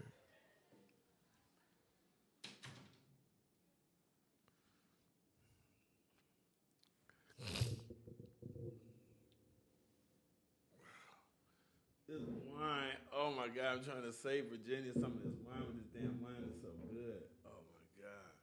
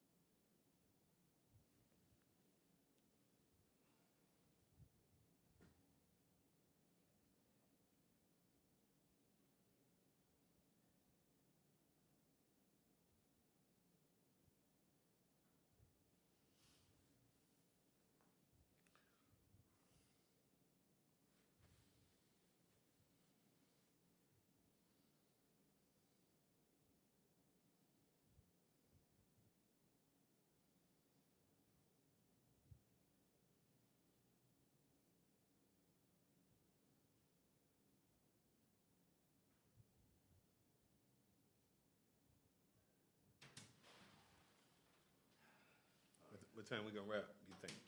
Just curious. Real soon. Let's see. It's 9:08. Yeah, we'll be out of here before 9:30, maybe 9:20. Oh, come on. 9:15. Not 9:15, but 9. No, just go and kick your game, man. Gotcha. Get your Trump. We record. Sure, Andrew. I'm back. Back with this guy. What you talking about? It's hilarious. They're gonna trust me. They're gonna love it. What you call it? So yeah, I wanted to ask you. How do you feel about? I know you gave it what you feel about a young black man, but how do you feel about Gen Z in general?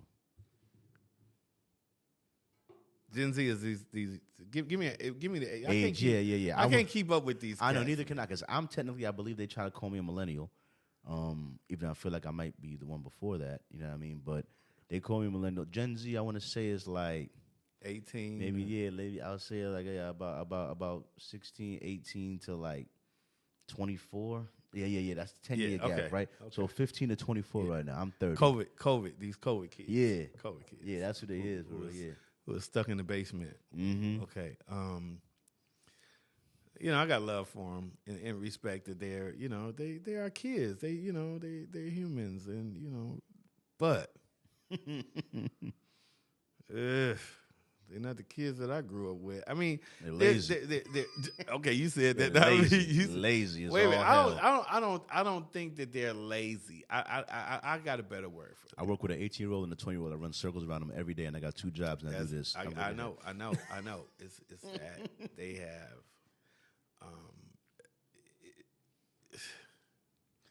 I can't even come up with a word for it. You know, they're not enthusiastic. Pussies. No, I'm Okay, they're not enthusiastic. They show no initiative. They're sensitive as her fuck. They are. They're so sensitive. Okay. They're so sensitive. What else? They're entitled. Yeah. Certainly entitled. Mm-hmm. Okay. They are too wrapped up in TikTok. Damn Instagram. Yeah. You know, they too wrapped up in these phones. Yeah. Okay, these phones. You know, in general. Yeah. And that's all I got for them. I ain't got nothing else for them. Yeah, they're not. They ain't got. I have nothing else for them. Really, they got to get their shit together. They do. I think what they suffer from, in my opinion, is this philosophy running its course, where it's like, you know, shame. See, traditional mindsets, or traditional way, they use shame a lot to keep you in line. They're like, oh, you're gonna shame your family. You're gonna shame this. That's why I keep. So, and their fight to give individuals freedom, they're like, you know what? No shame. You can have no shame on being a slut, freedom, whatever. Right. No shame on your sexuality. No shame on whatever you want to be as a man, as a woman. There's no standards and no shame. They go together, standards and shame. Right. So there's no framework for them to put their existence upon. So they're like, well, do whatever you want. Right. It's like free will. It's like God gave us free will. Yeah. We do whatever we want to do, and then, you know, the consequences are whatever. But I think that Gen Z is suffering from too much freedom, almost. Like there's too much distraction, too many lifestyles to choose, too much, and you hit the nail on the head. Choices. When you give people too many choices, it's a recipe for disaster. That's all I'm saying. And we gave this Gen Z literally all the choices. Be a lizard, be a ferret, be whatever. We gave them all the choices and gave them no standards. You want to dress up like a bear and go to school today? Okay, yeah, you want to be a furry? We got this classrooms with a litter box in the corner. No, I'm telling you, there's no pets there. There's. but the thing of it is, it's been over time. This is what we've come up with. So what are their kids going to be like? I knew there was a problem when they were having soccer games with no score. I knew then this was a problem. You're having kids compete in a game and you're not keeping score. Right. And everybody gets a trophy. Yeah. I knew then this was going to lead to this shit. I knew. Listen, I knew when it was going to lead to this shit. When you stop beating your kids. Yeah. When you stop getting paddled by your teacher. I'm telling you. Okay, when you stop being sent to the principal's office, okay? That was when this shit all started, okay? When the educational system started siding with the kids instead of siding with the parents and authority. When the education started saying, no, you as the parent don't know what you're talking about. Your kid says they're this and that's what it is. But no, that wasn't okay, but see, it's two sides to that coin. Now, you ain't going to do that. It's two sides to that coin, okay? Because, first of all, the parents are behind this getting the books out of the school. Yeah, okay? They like they down with one thing, but they ain't down with the other thing. Yeah. Okay? They on the school board for one thing, but they ain't on the school board for the other thing. Okay? Yeah. All right? I've never kind of agreed with book. Even though I see all the book banning stories that I've seen have been books that got some heinous shit in it, some weird shit in it. But some books bannings I've seen have been like Of Mice and Men or some shit. The Color Purple. Come on, real Uncle Tom's Cabin. Some real shit. American history type book like this being banned. Right. You don't want the history, but you don't want me to say, well, your kid identifies as a bunny rabbit, and this is the bathroom she wants to go to. Exactly. Come on, man. You can't have it both ways. Yeah, because that's why I'm always for freedom of speech, because the answer to bad speech is good speech and better. Absolutely. Don't try to shut him up. If you are so sure that his ideas are full of shit and his philosophy has a bunch of holes in it, then let him speak and then calmly points out all the holes in his philosophy. Right. But if you are so afraid of debate, you're so afraid of your ideas being opposed, then how much confidence do you really have in your ideas? Well, we're gonna see. We're gonna see. We're gonna see when Kamala smokes. His hair is gonna be red when she gets through. That's another thing too that they always say. They always claim the right wing is so dangerous and so violent, but who was the one bucking shots at who? What? What do you mean? I'm just saying. Come on. You know they dangerous. I saw them tiki torches down the there. right wing. Yeah, they definitely dangerous. Okay, you know, the I right saw wing. They with the NRA. They go to. Yeah. I mean, so one last thing I have here. Oh, damn, how could I leave that to the end? That's crazy. Do you believe gender roles have changed when it comes to dating and marriage? Gender roles, like I get what you're saying. The house husband versus the housewife. I get what you're saying. The breadwinner. No. It's all economics. If she makes more than me, yeah, go get it. Yeah, I'll walk the dog. The house be clean. Yeah, I mean, it doesn't. It doesn't make you less a man. Yeah. If you take on, who defined the responsibility? You know, are you not evolution back in the day, like tradition? Yeah, from caveman. That shit came from caveman. Yeah. Caveman when they didn't have jobs. 90% of human race existence. Okay. They had no jobs like the guy on Instagram where the pastor said you ain't giving enough. Yeah. And he said I'm giving you 10%. 10%. I just ain't got. Have you seen that? Nah. And he was like, I don't believe in that shit anyway. And the pastor gonna say what's in the Bible. Well, they was trading bananas and apples back then. So where did 10% come from? Ain't nobody had no job. Yeah. You know, so That's all funny. of this shit is manufactured, okay? If your woman is going out there busting her can and she making more money than you, then you better catch the slack. Uh-huh. It's just, that's what love is. I understand that. Listen, it's more in my opinion that it's the woman that's unable to accept that position more than it's the man. You know what I mean? She thinks she's lousy. She's probably what? She thinks you're a lousy bum. She's gonna lose respect for you over time. That's just what. Like it's like feminism wants to say. It's like we could talk about what sounds good, okay, and then we could talk about what happens in reality. That's like when they say a woman could pay for the first date. Yeah, she could, but like in real life, how often does a woman pay for the first date? And if she does, how often is there a second date when she had to pay for the first date? Like, no, she might. You know, some women want to flex, and I ain't mad at that. You know what I mean? Yeah, hold on. This is 2024. Things have changed. You know, reciprocity. You know what? You ain't got to pay for me all the time. I'll pay for you. But here's the thing. If she's out there busting her can, she's making more money than you. She done had the kids. She adds a little extra responsibility to you because you're not matching her. Okay, it's not a contest. But my thing is, the thing of it is, while you sitting at home watching BET and ESPN, then you need to be taking that coconut, thinking of some ideas where you can make more money, so you can ascend to that road that you want. Because it ain't nothing but machismo anyway. I'm telling you, man, it just bugs me out, man. I don't believe that women will be happy providing for a man over a long period. I'm saying they don't do it, but I just don't think that's like saying women propose to men to be married. Like, are there some women that we've seen in videos proposing to men to get married? Yeah, but who proposes to who to get married? Who pays for the first date? Who asks who out? Okay, but majority of the time. Okay, but can I ask you this? Can I play the devil's advocate here? Does it have to be that way? Does it have to? Would you if she's digging you like that and she's like, I'm not waiting around on this sucker to propose. Hey, nigga, I want to marry you.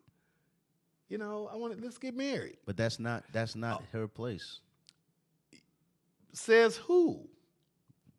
That's just the way. That's just the way. That's just the way. But unless she wants some guy, listen, man, that's different. But I'm just saying. That's like. Look, I always say women control access to sex. As far as like, unless you're gonna be, Harvey Weinstein, women control access to sex. All right, and men control access to marriage.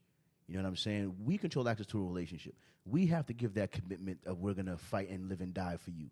We control access to marriage. You can't force me to commit to you. So just let me say this. I'm not married, so you know.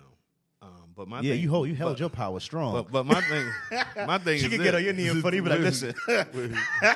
My thing is this. Society ideologies, norms, constructs evolve. They do. They evolve, and the thing of it is, men and when I generally talk about it in this space, I'm talking about black men. Mm-hmm. They hang on to shit that really has no value at the end of the day. They do. At the end of the day, you know, you know, a custom is one thing. I get that. But norms and mores and you got to keep them intact. But certain things you got to progress on, you know, and you got to allow people to function in their space. If she's making more money than you, it doesn't mean that she's taking care of you. It means that she's making more money than you. Okay? And the thing of it is, what does it take to run this household? So say you're making $50,000 and she's making $75,000. Okay? We meet at the $50,000 and the $25,000 is hers to put wherever she wants. Mm-hmm. Do you understand what I'm saying? Yeah. You know, vice versa. It doesn't mean that she's taking care of you, you know.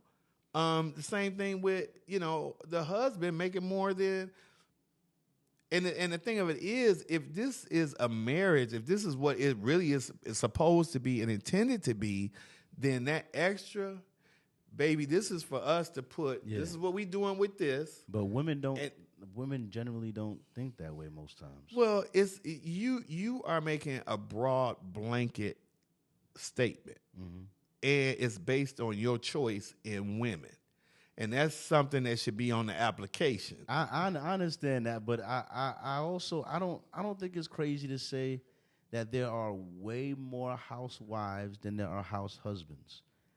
And I didn't even know they were housewives now, except for you on the far right. What's that clown's name? That's the vice president for Trump. He thinks you know, housewives. I forgot his damn even name. Now you talking about vice president? Vance. Vance.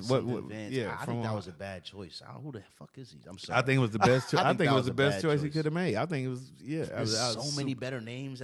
I think that was part of his ego, not wanting to be outshined by his vice president, and that's why he didn't pick nobody that's really like a name that someone we know, because you don't want him to, you know what I mean? But everybody we know don't want to really mess with him. Who the fuck is Vance? Who the fuck is this? I've never never seen this guy ever in my life. What is his name, man? Just something JB Vance. You got it. There you go. Like, there you go. You know who he is. I ain't never seen him before this thing. I ain't never seen him before.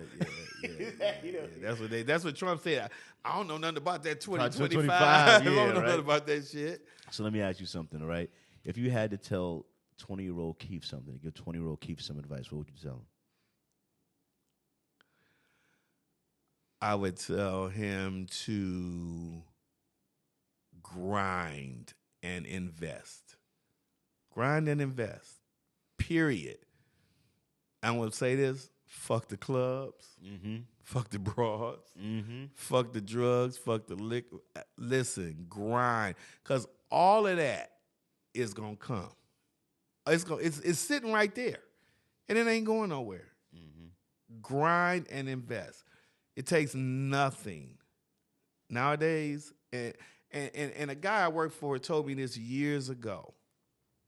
It takes nothing to become a millionaire. It takes nothing. Use the coconut. You know, don't be distracted.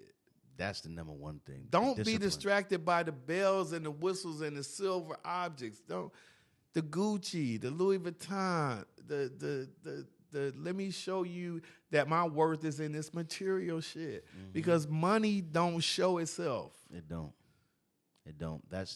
I totally agree with that. Go shine. Go grind. Go grind Yeah, for sure. go grind. Go grind. Go grind. Because all that instant gratification, all of that for That show shit. and stuff. Because you're not going to be, that 20-year-old Keith wasn't 20 long. Okay, he was only 20 for a year. I'm telling you. Okay, you're only 20 for a year. You know, and you look up and it's in your back pocket. It's in the rearview mirror. I'm mad I didn't wake up earlier to life. You know what I mean? But you wake up when you wake up. But, yeah, I mean, it like Kamala, yeah. like Joe Biden stepping out. It happens when it happens. When it happens. But you got to grab it. You got to grab it. You got to grab it. And you have to be willing to learn. I don't care how old you are. I don't care how young you are. The thing of it is, when you're young, they say, why is the young wasted on the youth? Yeah. You have to, as a young person, kind of think outside of that box that I'm going to be this forever, you know, because it sneaks up on you. It does. And you're like, damn, that was 10 years wasted, you know, or I spent that money on that bullshit when I could have had some Apple stock. Exactly. I could have found the latest IPO. You know, AI is a thing. I'm telling you guys, these young kids with computers, there's no reason why you shouldn't be rich. AI is the only years. reason why I'm able to pump my podcast the way I do right now is because of AI. It's the only reason why I'm able to do the 2 jobs and drop clips every day. It's all because of AI. So keep learning. I definitely agree with that. Yeah, you got to do that. Keith, listen, I very much appreciate you coming on. I appreciate you having me. I wish you a very, very long life. You know what I mean? If you're ever watching this video at a later time in your life, you know what I mean? What is a message you would want to have for older Keith? You know what I mean? If you was watching this message like maybe 5 years from now, 10 years from now, 15 years from now, what would you want to say to your older self? What's a message you want to look back and see yourself say? I appreciate the moment. Always appreciate the moment. Appreciate the moment. I respect the hell out of that. But really though, thank you for coming on, man. There's a lot of places you could be, man, and I appreciate you coming here this evening. I really thanks for having me. It was a pleasure, man. No problem. No doubt, man. Thank you. I always say to you guys, there's a lot of places your ears could be. I'm honored they chose to be with me. When in doubt, use calm honesty to express your vision. And most of all, thanks for listening.